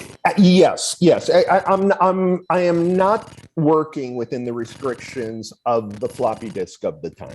Okay, I'm not thinking about that. I'm thinking about the things I want to do, and I want to get it done. But there's a good chance it's probably going to be 64K or so. Yeah. See, this is a megabyte bank switching cartridge that Nir and I have developed. So I mean, you've got plenty of room. Any idea on when it's going to be released? I would say towards the end of the year.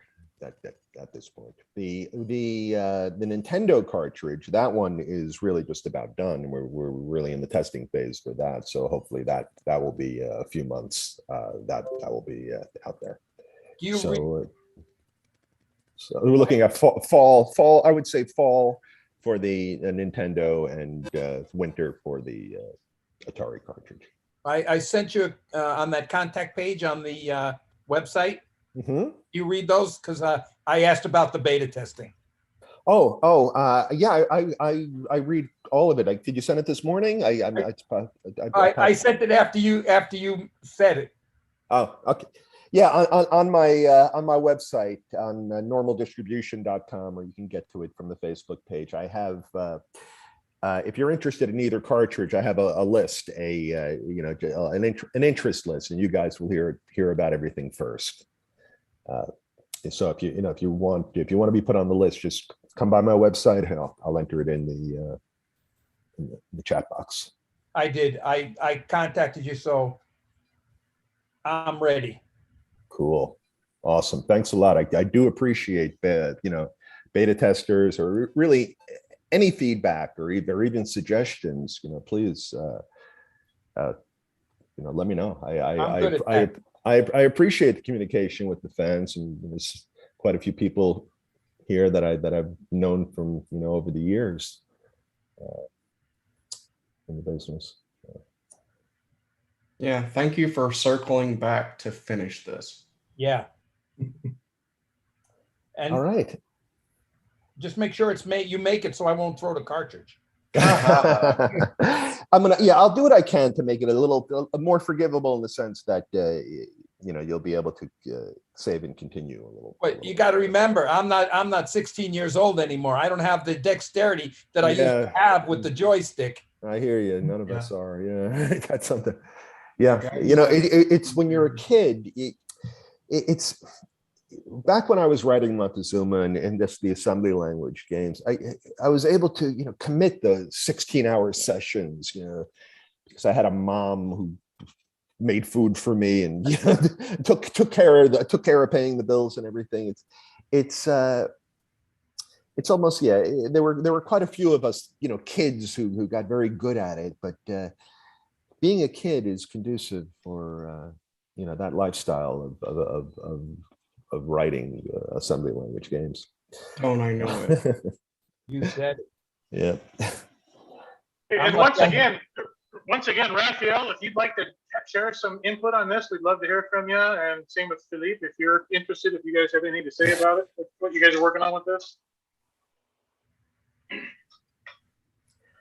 I saw Cabelli was here before. I think he left. I saw Cabelli's here. Hopefully Cabelli is going to be doing some QA on the cartridges and the main product too.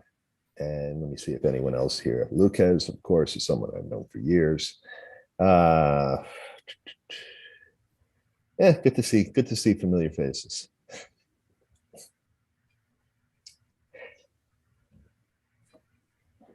Okay, is there any other questions or anything else I can fill you in on? What's next? Is there going to be anything after Montezuma, Rob, that you want to work on, or is this kind of just the crowning jewel of the legacy? Well, there's a couple things. There's a couple ideas. I mean, I would love to have a. I'm having a mental block right now. The Nintendo, the Switch, Nintendo Switch. There should be there definitely should be a Montezuma for that platform. For sure. And also, I will probably release a very limited version, a retro version, a free version with ads for the mobile devices at some time in the future. But really, the main focus right now really is the cartridge products. I feel that it's a long time coming for the director's cut, of course, and it's a lot of excitement around the Nintendo product too. So it's an exciting time. Awesome. Personally, I'm very interested in virtual reality. I love the Oculus. I love. To me, virtual reality is something that I've been waiting 40 years to happen. So I'm kind of excited about that. And I think about the possibility of doing some type of Montezuma themed game in VR. So some of you guys may remember the game Montezuma's Return. I did a sequel to Montezuma in the late 90s, which was it was a real flop as far as a commercial success, but it had some terrific first-person 3D technology in it for the time. So I've always been fascinated by 3D graphics and real-time 3D virtual reality stuff. We'll see. I mean, it really depends on the feedback on whether or not the retro products are successful. I mean, if they are, we can certainly go in that direction and possibly create a director's cut version for Nintendo and for other systems that could possibly handle it. Well, it seems to me that retro computers have definitely surged in the last year and a half. And like I said, I blame COVID for it, because I think a lot of people had these things in their attics and they pulled them out when they were looking for something to do. And just the overwhelming response that we've seen with FujiNet. I hate to keep bringing up FujiNet, but it is the queen of the court right now. And I am just one of the people that is producing these boards. There's another one here in California, and for a short time there was one in the UK, and he since withdrawn from it. But I myself have produced over 500 of these little things, and it's baffling to think that there's that many Atari 8-bit computers that are still in existence out there and still being used. So that is kind of incredible. Yeah, yes. 500 people that are this into it at this point. 500 that he's sold, and this is that's just that I've sold. That doesn't include the other people that have I mean, it's an open source product, so you can build your own, of course. Okay. God help you if you want to try to build these by hand, but I deliberately, when Moswald and I put this thing together, we made the decision not to ask for any licensing or anything from any of the vendors, because I saw things that were falling into place. It was going to become more difficult for retro computing products to be able to be available in different places in different places. Shipping restrictions, increased taxes, just overall deglobalization, and in less of and not so much of a term, but also, it was more important to me for this thing that we were building to be in the hands of people than it was for me to make a dime for it, because I make my money doing other things. And so, we basically said, here, this is for the Atari community, use it. And now I'm trying to bring that to other communities as well. And as a result of that, Gavin sold at least 500. Marlon, close to 500 at least. Peter in the UK has to have sold at least 300 to 500 of them. So it's bonkers. I mean, I'm completely I'm completely surprised. I seriously thought that everything was going to saturate out. I was going to be lucky to sell maybe 500 of them during their entire lifetime, and that would be 500 happy users. But literally just watching the network activity from these things and seeing how everything is shaken out, it's really great. And with the platform that we've built here, it's it's going to get more interesting as people figure out what's actually possible with FujiNet, because it's in reality it is a super peripheral. It's an I/O processor. So all of the protocol handling, the TCP, UDP, HTTP, HTTPS, SSH, all of that is handled on the ESP32 itself. It handles crypto just fine.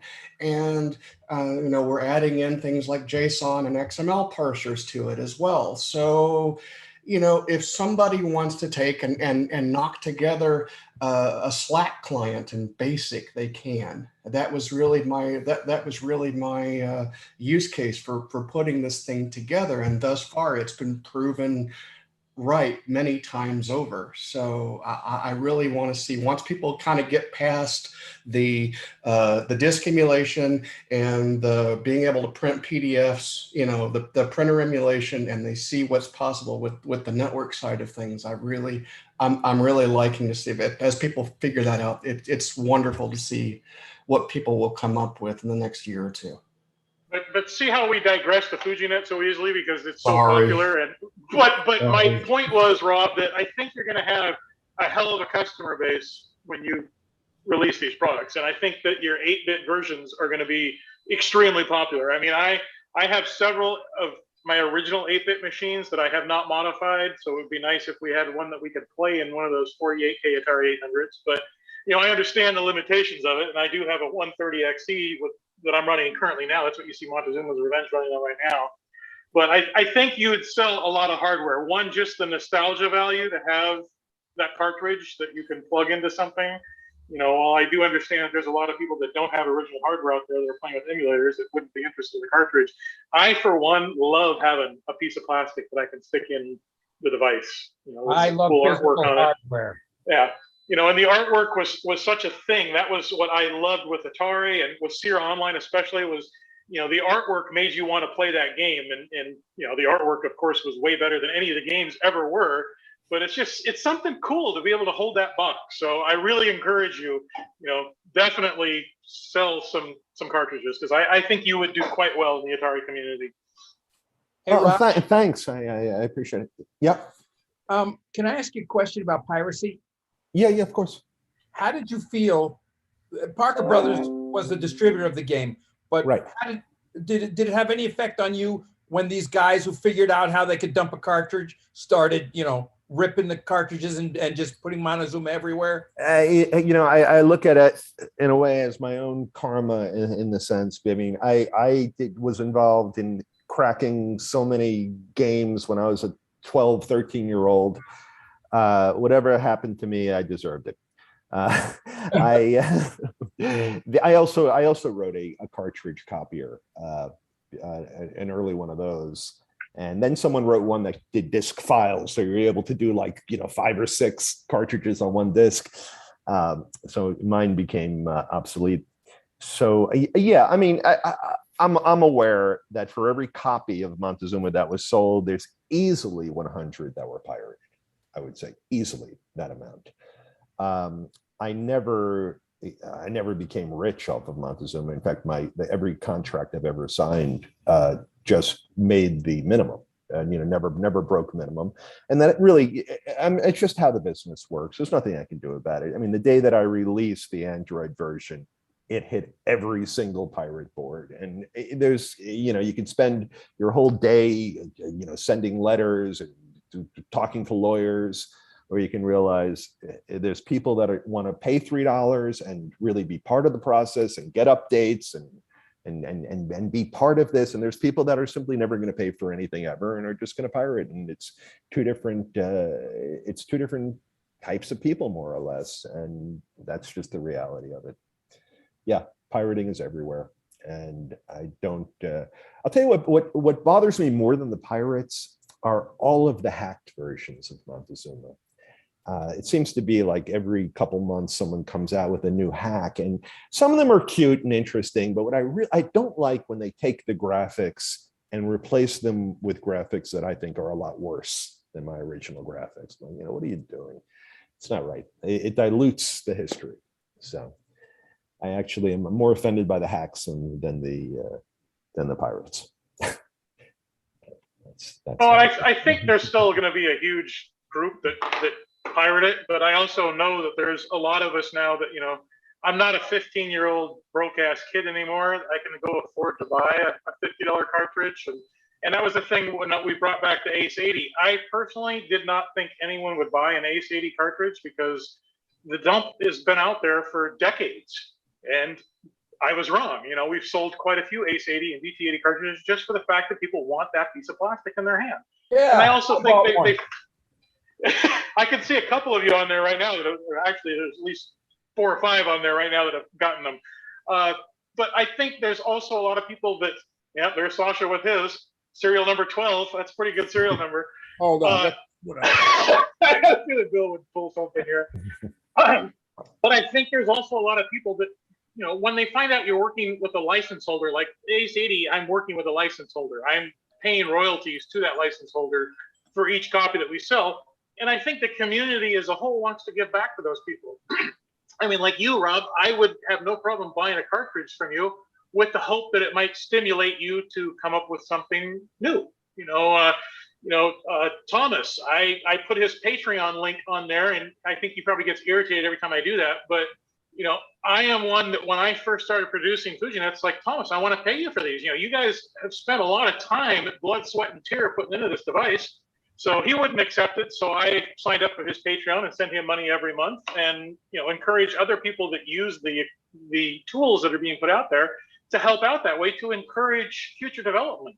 You know, if you can come up with something past Montezuma's Revenge that, you know, you've been stewing on but didn't think you'd make anything on it, you know, hopefully the people buying your cartridges will help give you an idea that, yeah, there's a lot of more honest people out there. You know, I ran a pirate board back in the 80s. I had a bulletin board that was extremely popular as a pirate board.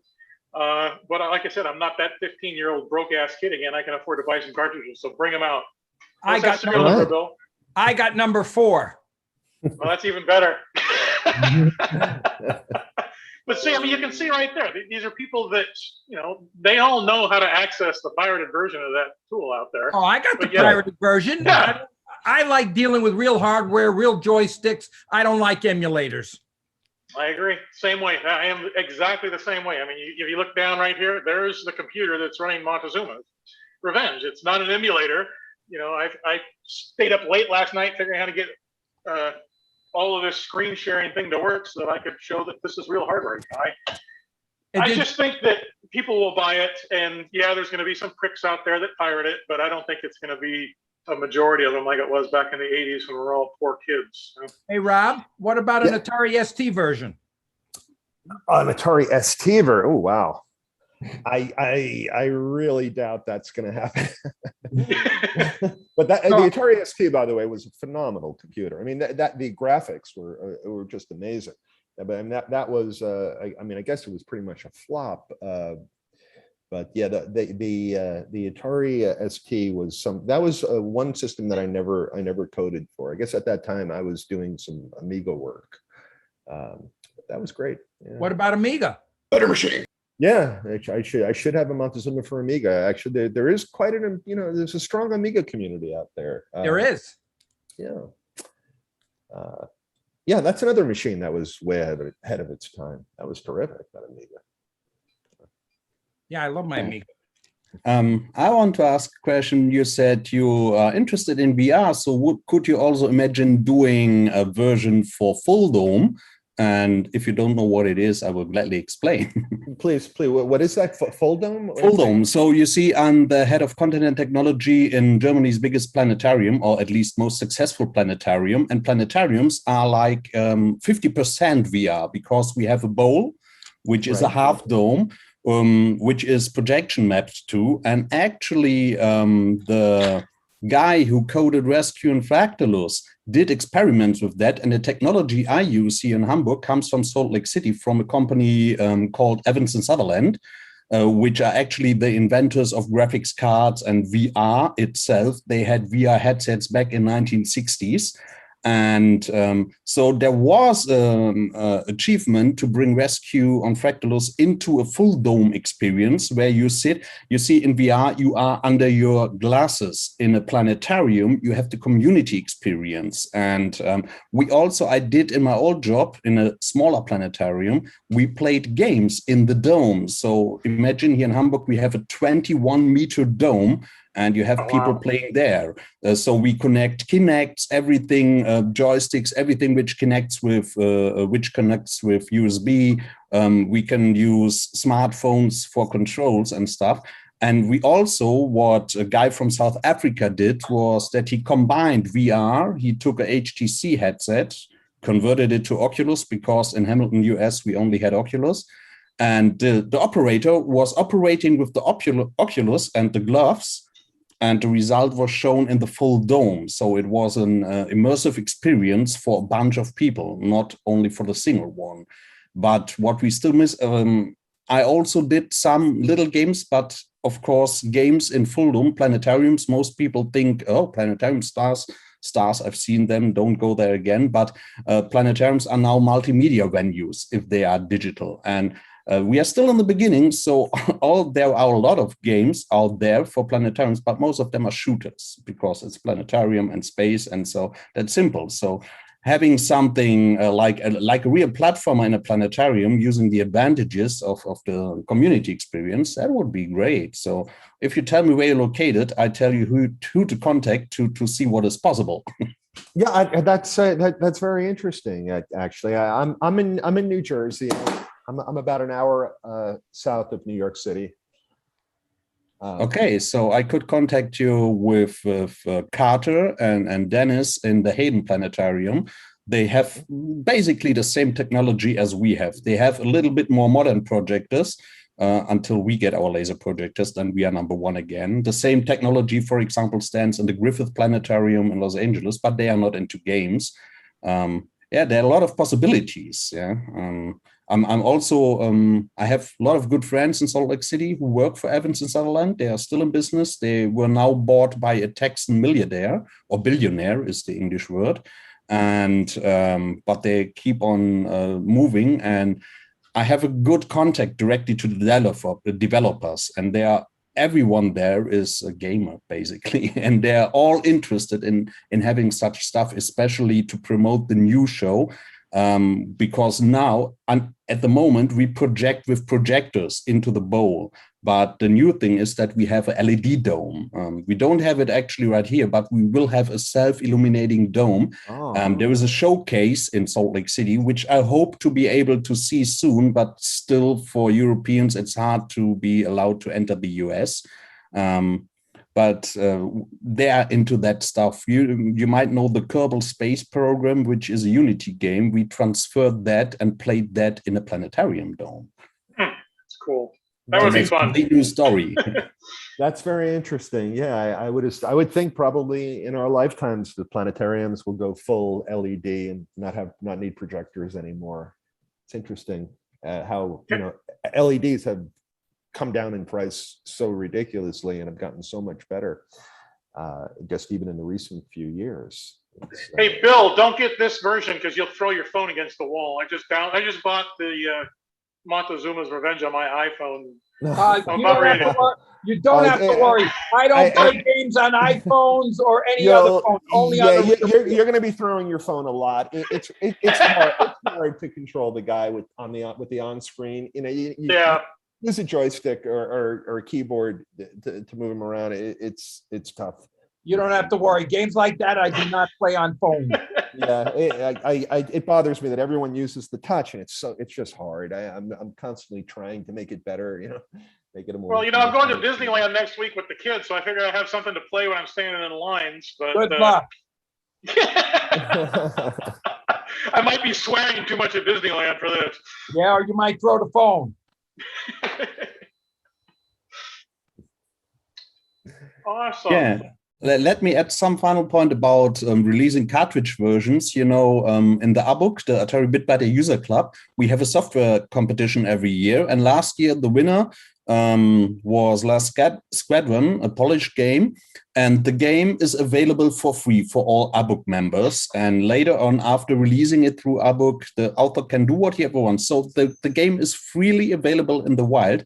But nonetheless, the author just produced a cartridge of a free game. They added some nice graphics and then speech, and so they also sell. So there is a game which is available for free, but it's well made and it will sell. So you may not become Jeff Bezos rich, even if Gavin sounded like that, but there is a huge base, and I think you will, especially with a game like Montezuma, you will find many buyers. One last question, because when I played the original Montezuma, it is not a game which would be qualified for a high score competition. So are there any thoughts about that in the new version so that we can play Montezuma in our regular high score competitions? High score. Yeah, you're right about that. It's not the type of game that you play for a high score in general. But I mean, we are in the cross-platform version. It keeps the high scores, and in the Steam version, it has Steam community high scores too. I mean, there certainly are players who are concerned about a high score. For the director's cover, there's going to be additional. I don't want to give too much away, but there's going to be different ways. So there's going to be other scoring. And there's also, like, for the cross-platform version, eventually with the Steam version, the people love the Steam achievements, so we'll be adding more achievements at least to the Steam and the cross-platform version, and keeping, there's lots of things that are on the drawing board, like as far as keeping track of the fastest completion of the pyramid, in addition to the best score, so you could compete for the quickest time frame to complete each level. There's a lot of I have a lot of ideas. I just don't have I don't have enough time right now, and currently at this moment in time, I'm the only one who's actually working on the cross-platform version. And I find that my time is just consumed really with I'm writing the boss for the director's cut, and I'm also always in the process of touching things up and bug fixing for the cross-platform version. Android development is a royal pain. It's very difficult because of all the different Android systems that are out there. It needs so much testing. The cross-platform development turned out to be a lot more difficult than I anticipated. I really thought once I'd have one good set of code, everything would be easy, but it's never like that with computer programming. Okay, back in a second. I have to let my girlfriend in. If I can ask, I have one question, sorry. Yes. I would like to know, have you ever heard about activity of young people, new generation, concentrated with Montezuma? I mean, like kind of activity like fandom or fan fiction or something like that? Most of the people that contact me, the fans, are people that are closer to my age. Montezuma has gotten, in the last couple of years, Montezuma has gotten a lot of mainstream press because of the artificial intelligence. I haven't touched upon this, but Google DeepMind, the artificial intelligence project, they took the 2600 version of Montezuma, and they taught the machine to learn Montezuma. And it was considered a major breakthrough in artificial intelligence. And I guess it started with Google, and then it was Facebook AI and also Uber AI. And if you think about Uber, they're thinking of the most efficient way for a car to get from A to B. You could see how they would use Montezuma as a template for that type of technology.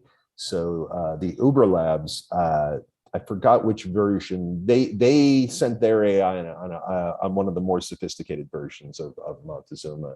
So on my webpage, I have links to probably a dozen different technical articles about artificial intelligence research around Montezuma's Revenge. So because of that, the mainstream press, I feel that younger people have been exposed to it. And also, more younger people are getting involved in retro gaming just because it has become quite a bit more popular over the last few years.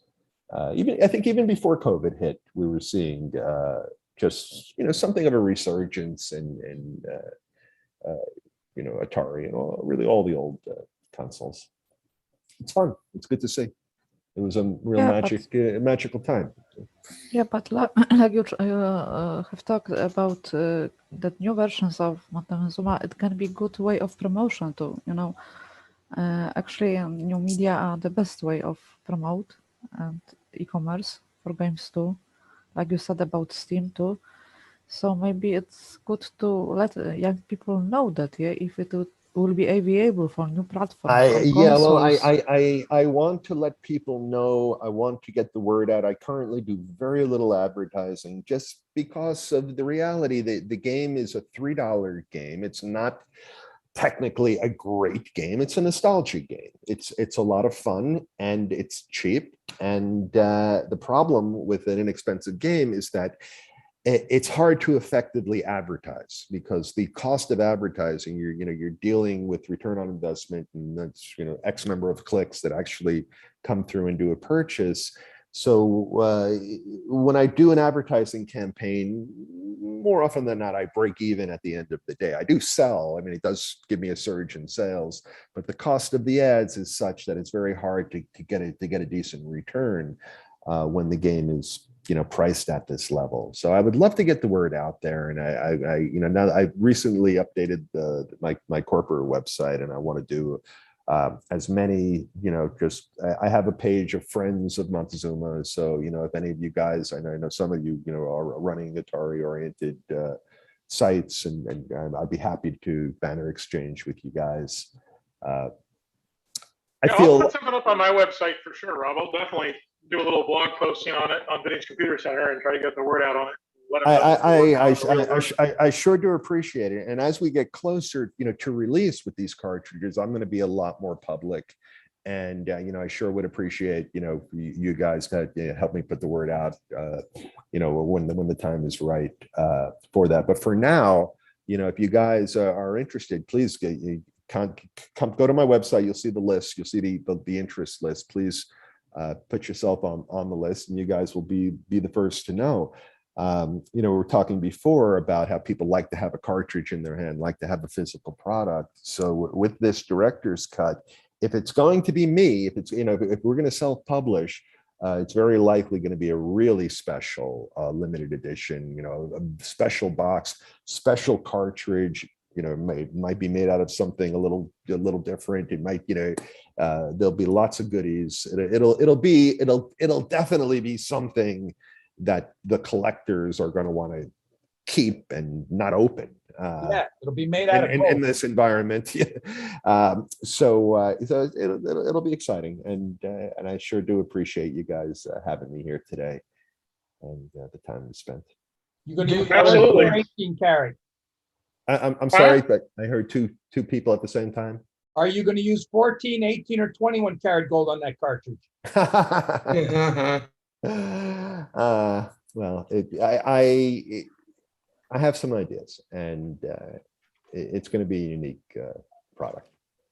I was just going to say, make sure you do talk to Gavin. He's spot on with shipping. Always includes goodies. His products work great. So I mean, there's a ton of people on here that can vouch for him, and does great work. Great. Awesome. I definitely appreciate it. I mean, this community is something that I got my first Atari 800 when I was 10 years old, I think, back in 1981 or somewhere in that area. And I absolutely just love the community. When I first started building the S drives, it was because I discovered that, wow, this is kind of a neat tool. This would be a great way for people to back up their floppies.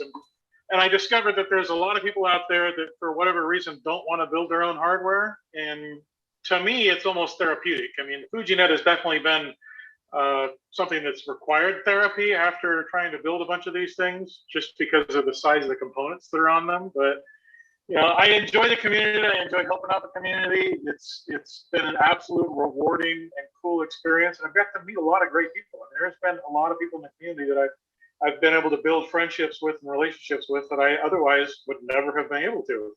Famous people like Jürgen over there in Germany, and Peter in Poland, and Nir in Israel, and these are people that I've heard about over the years, and it's kind of great that I've been able to make the friendships with them. And that's why I'm so passionate about this community. If there's something that I can do to help, I'm more than willing to do it. And Rob will definitely be doing something on the site, pushing the current version of Montezuma's Revenge, and trying to build some excitement for people like myself that look forward to a collector's edition on the cartridge. So anything we can do to help promote it, let me know. Wow, thank you so much. I really do appreciate it. I would like to show you, for example, games from the Polish distribution. For example, right now we have Adam is Me.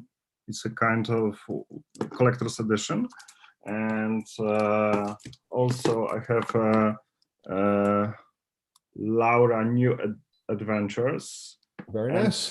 And those kind of games, the average cost of those games is about $50 in Poland.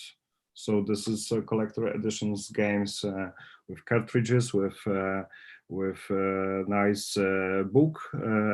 So we have in Poland publishers. Also, Gavin has his own publishing company and device production company. For example, I have a few Fuji nets, and from Gavin's production, I think it's the best quality. So once again, Gavin, thank you for thank you for those oranges, for those orange Fuji nets. And also in Warsaw, I have friends that are owners of VR game studio listed on Warsaw Games Warsaw Stock Exchange. This is the same stock exchange like CD Projekt, known from Cyberpunk or The Witcher before. So of course I can do the introduction as well. And finally, about future platforms for games and retro games, I think that we should consider to develop software, for example, for a ZX Spectrum Next platform. This is about 10,000 or more devices, and average game cost is about 24 to 40 $. Oh.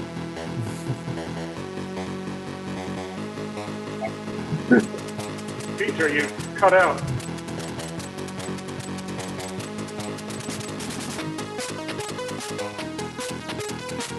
Playing Jurassic Park. Is what? Somebody's playing Jurassic Park. Yeah, that's the new cartridge. Watch this part.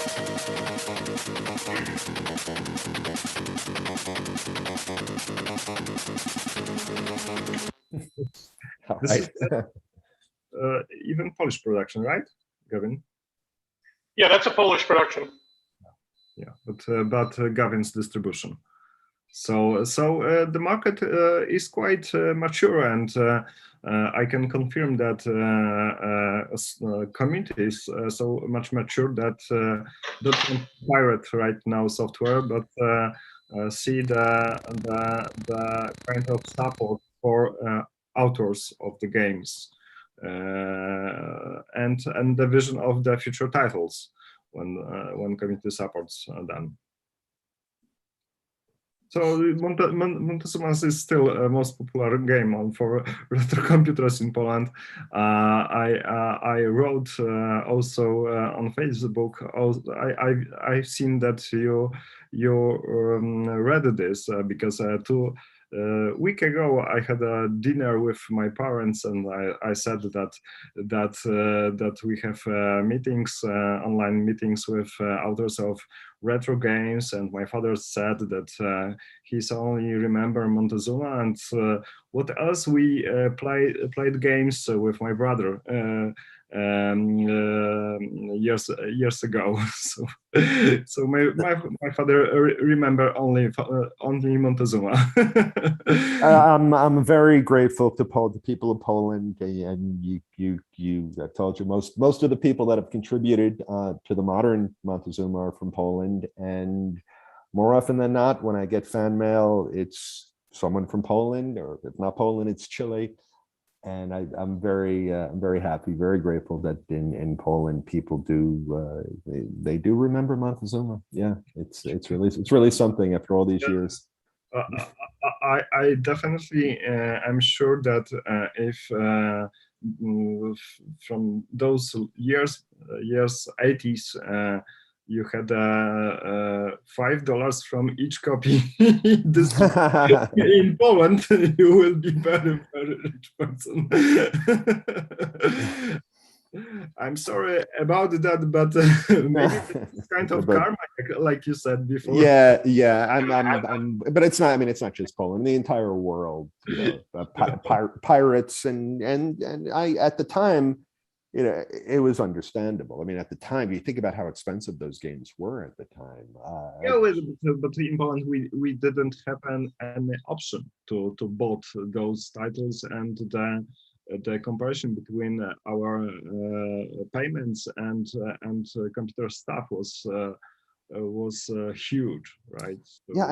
I remember when Atari came out with the Asteroids and Missile Command cartridges for the Atari computer. The Asteroids was terrible. Missile Command was very good, but they both were $55. We're talking about 1983 or something. That's that's I don't know, $120 or so. That was a lot of money, more than that even now. So yeah, I mean, back then, games were just super expensive. I think Montezuma was probably like $20, $30 at the time. It's just a lot of money. Young people couldn't afford it. It's just the reality of what we do. But today they still are. I mean, this was over $100. Games are still not cheap. Yeah, but I mean, most of the retro cartridges are $50, $60 now. For the special edition, the collectible, I am thinking of more around the $100 area, but it's going to be a real collector's edition. It's going to cost it's going to be a very like I said, very special. It's going to be unique. But I am a little concerned that at that price point, it might I need to do a little more market research and come up with something that I feel will be very, very effective. Because I mean, even now, I feel that the hottest markets are Poland and Chile, and I don't know if people are ready to put down $100 for a game, in these markets. I can say that super premium product could sell about $60-70 here. Okay. So I think this is quite highest price comparable to the hardware like Fujinet. So that kind of price could people pay for premium product. Not sure about 100. Okay, well, I'm going to do whatever I can to keep it reasonable. But most of the games are in the for when we're talking about not for the general release, it'll probably be in the $50 to $60 range, which is still high, all things considered. But when we're dealing with small quantities, you're aware of the cost of goods. It's not a high profit business the way the way it used to be when selling a disc or a cassette.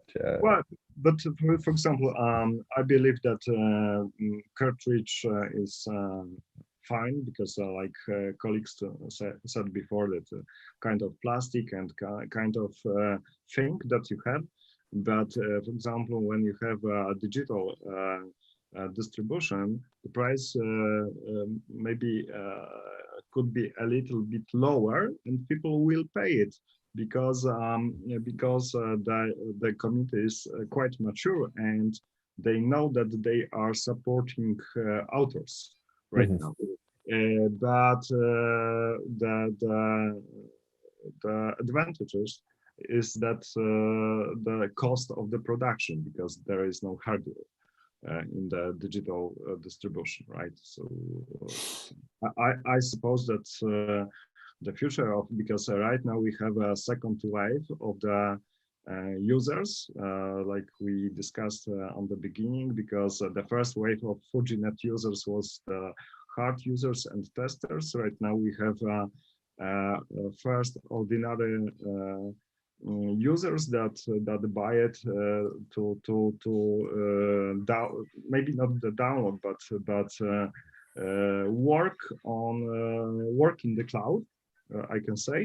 And the third wave that is coming, it will be connected with the software that will be written to the for this device. So it will be the third wave, because people will use dedicated software, network software for retro computers. So also we can see on the other platforms, new platforms like Xbox, PlayStation, and Nintendo, and even Steam. They are always right now working on mostly digital distribution. Right. It's the best for authors, right?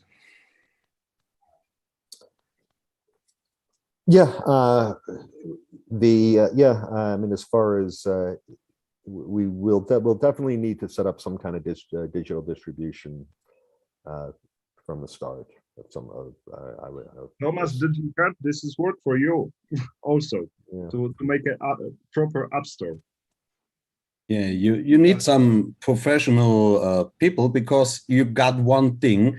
Actually, I didn't know your name until today, but everybody knows Montezuma's Revenge, I guess, and that's just a name. The name alone will sell a dozen of copies.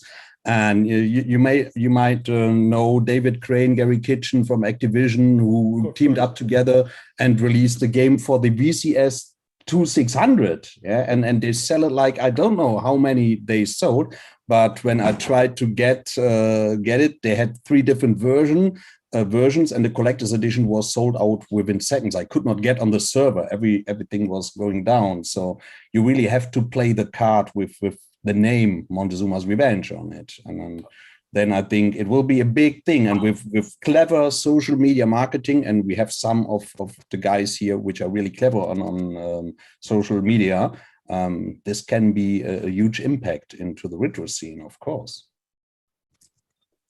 Yeah, well, I hope so. Yeah, I mean, I hope. I mean, I mean, people do remember the name, and hopefully enough people remember the story that it was an incomplete game. Will want to see what I did to complete it. Yeah, I'd like to see what more frustrating things you put in here, for sure. He cheats. He can just program it so the guy goes to the end and kills the bad guy. Yeah. God damn it, I can't even jump. Notice he's still trying to get past this screen. He was trying to get past the screen before the game, before this whole meeting started, and now here we go again, still trying to get past the screen. I got past it. I got a little bit further. I got a sword now. Oh, Jesus. There's a chain there. I see suicidal tendencies with you. Yes. Because Yeah. in front we have PAL Ataris, and there are different colors. So every time, so rather not bronze, but red wall. It's Atari red. And especially in the US, you have NTSC, which obviously means never the same color. So yeah, Never twice the same color. Twice same color. A few days ago, we had a last transmission of an NTSC in the United States. I've Yep. read article about that.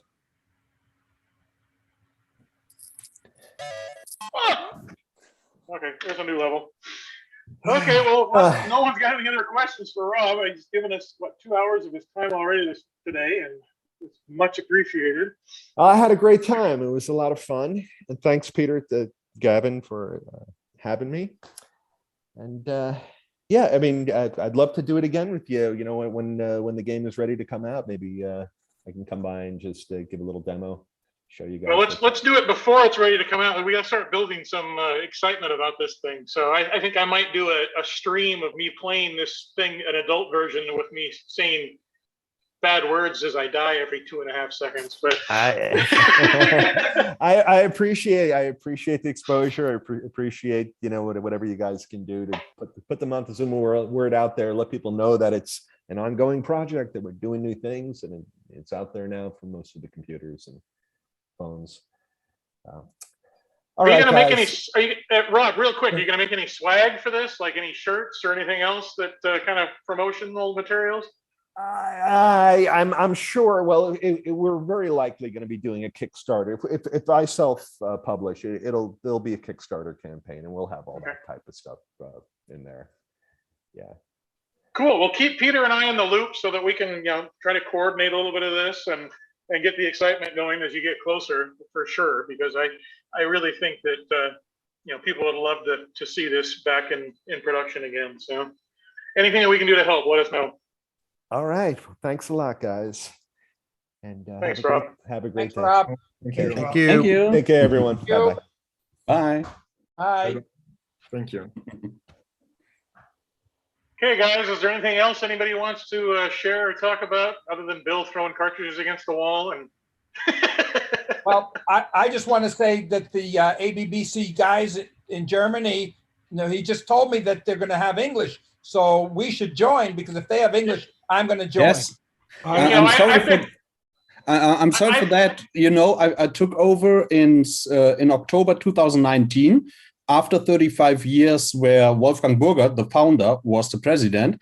And my first magazine was 139. And then I got the idea to publish it as a PDF, which wasn't done before. And when we have PDF, I found some people who helped me with translating, because I don't want to rely on Google Translate or DeepL.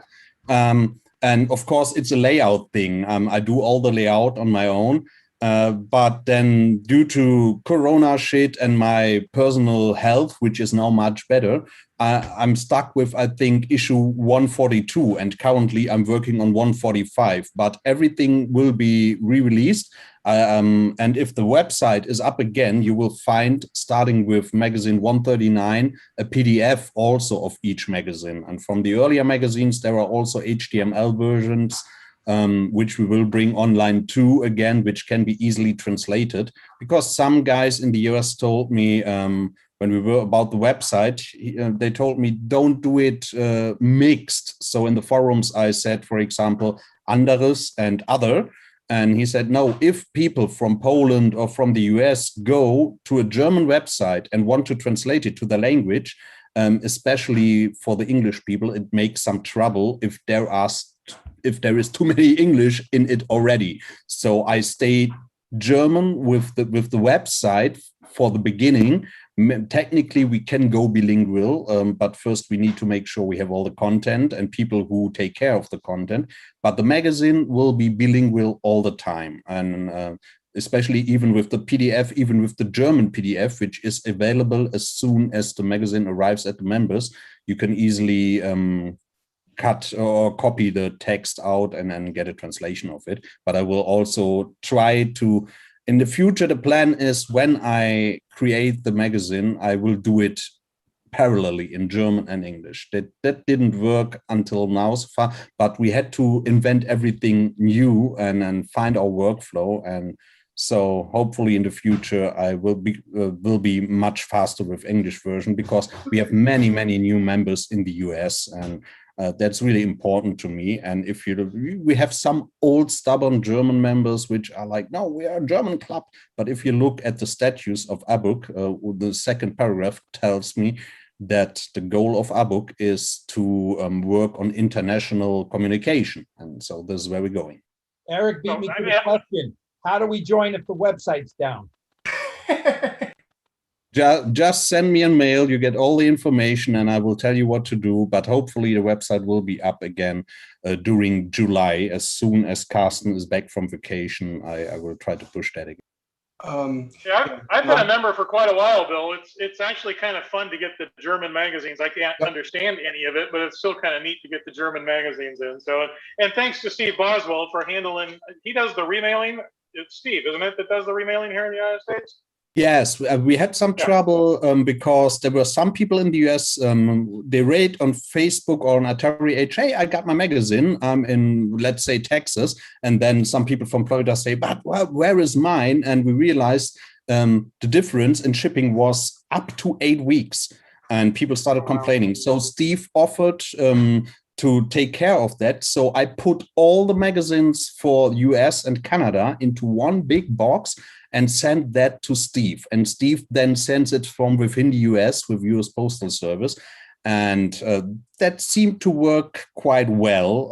I didn't get any complaints about, there was one question Steve had to me, but obviously the last magazine shipped well and quickly after it finally arrived at Steve's. I had the trouble that customs took the box with all the magazines, and I did not clearly state what's inside. So it was stuck at customs for like 3 weeks or so. They opened the box, dragged out all magazines, all envelopes. I pre-printed the envelopes with addresses and stuff, and then throw it in again. And so that was why US members had to wait longer than I expected, because if I do it with proper customs declaration, I think it will be in the US after 1 week when I shipped it. So yeah, it's strange shipping from Germany to the US. Sometimes you're going to send me stuff that's gotten here within a week or so, and other times it's been 3 months, and you just it stays in Frankfurt for a long time. Somehow it gets transferred over the United States Postal Service in Frankfurt, and then that's where it sits for a ridiculous amount of time. But will they ever publish the magazine in English? Publishing? Yeah, so in the US we get the English version.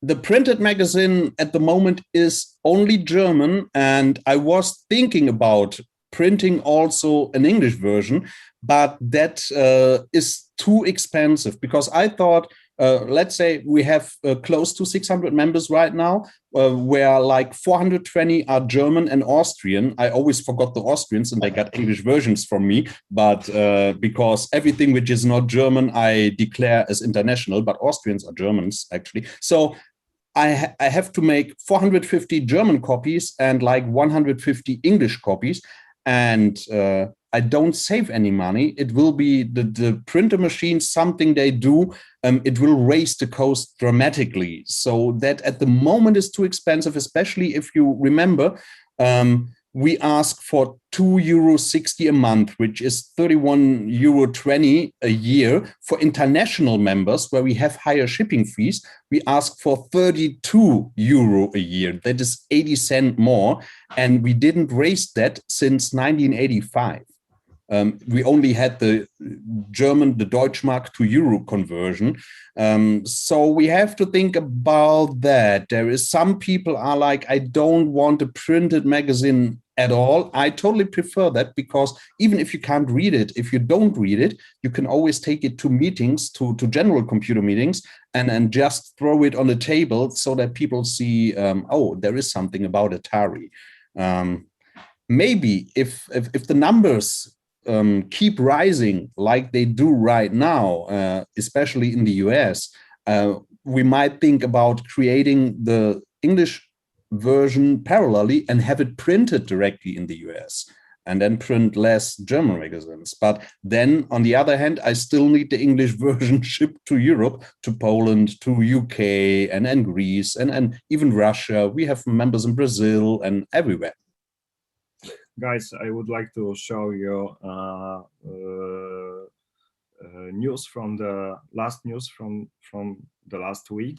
And right now, if you go to Polish shop with press, you can buy Atari magazine. In the shop, yeah, I bought that online. I got it mailed here.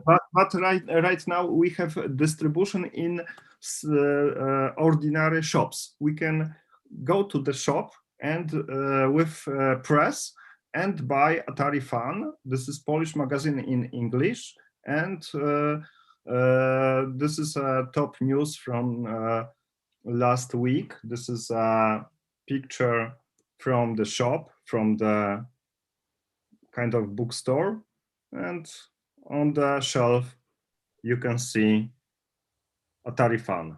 Yep. Piotr, can I put link to Facebook of English edition of Atari Fan here? Because they try to they cooperate actually with Empik, yeah, and you can buy Empik too. Yeah, so I would like to put that information only. Yeah, dziękuję bardzo. You are welcome. You can buy it in Retro Hacks. Yeah. They will send it with InPost right now, but it's possible to buy it in Empik.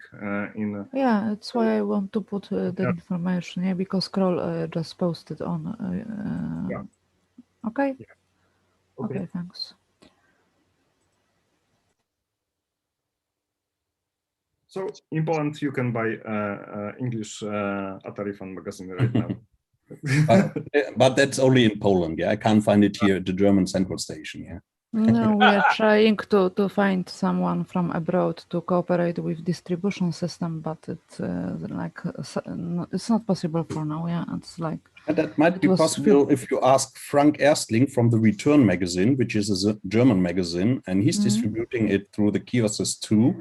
And also, and then he started as mail service, and now he's in the big kiosks too. And he is also taking care of the retro corner and the virtual edition of the Gamescom in Cologne.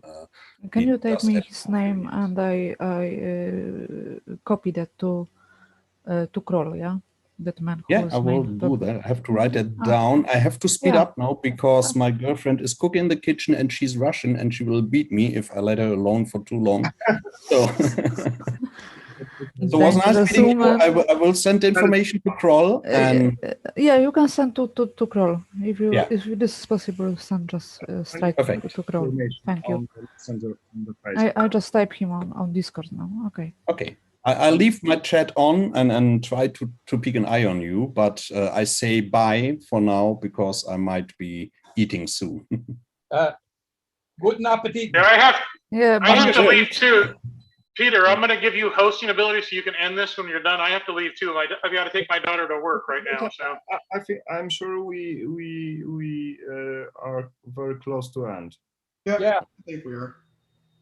So also wanted to thank Sasha for my membership number. Turns out I am ABUC member number 1000, which is kind of funny. Never mind. Later. He sold you the binary membership number idea too, huh? Because I know I think mine was 11111256. So. Nice. Okay, guys, I'm going to take off. Peter, you can end it when we're done, but thanks everybody for showing up, and we'll see what we can figure out for next month. Thanks, everybody. Okay. Thomas, one question. What do you think about such an app store? Well, I mean, we can put something together. I have no issue with it. I'll help in whatever way I can. Okay, because this is a kind of next step to commercial side of of networking of Atari and other retro computers, and I think it's quite important because right now creators of games and programs, it will be good magnetizing for them to bring new software to the platform. Yeah, no, we'll see what happens. All right, I'm gonna step away, guys. Have fun. See you next time. Yeah, Thanks, guys. See ya. I think we can close the meeting, or maybe someone have a question.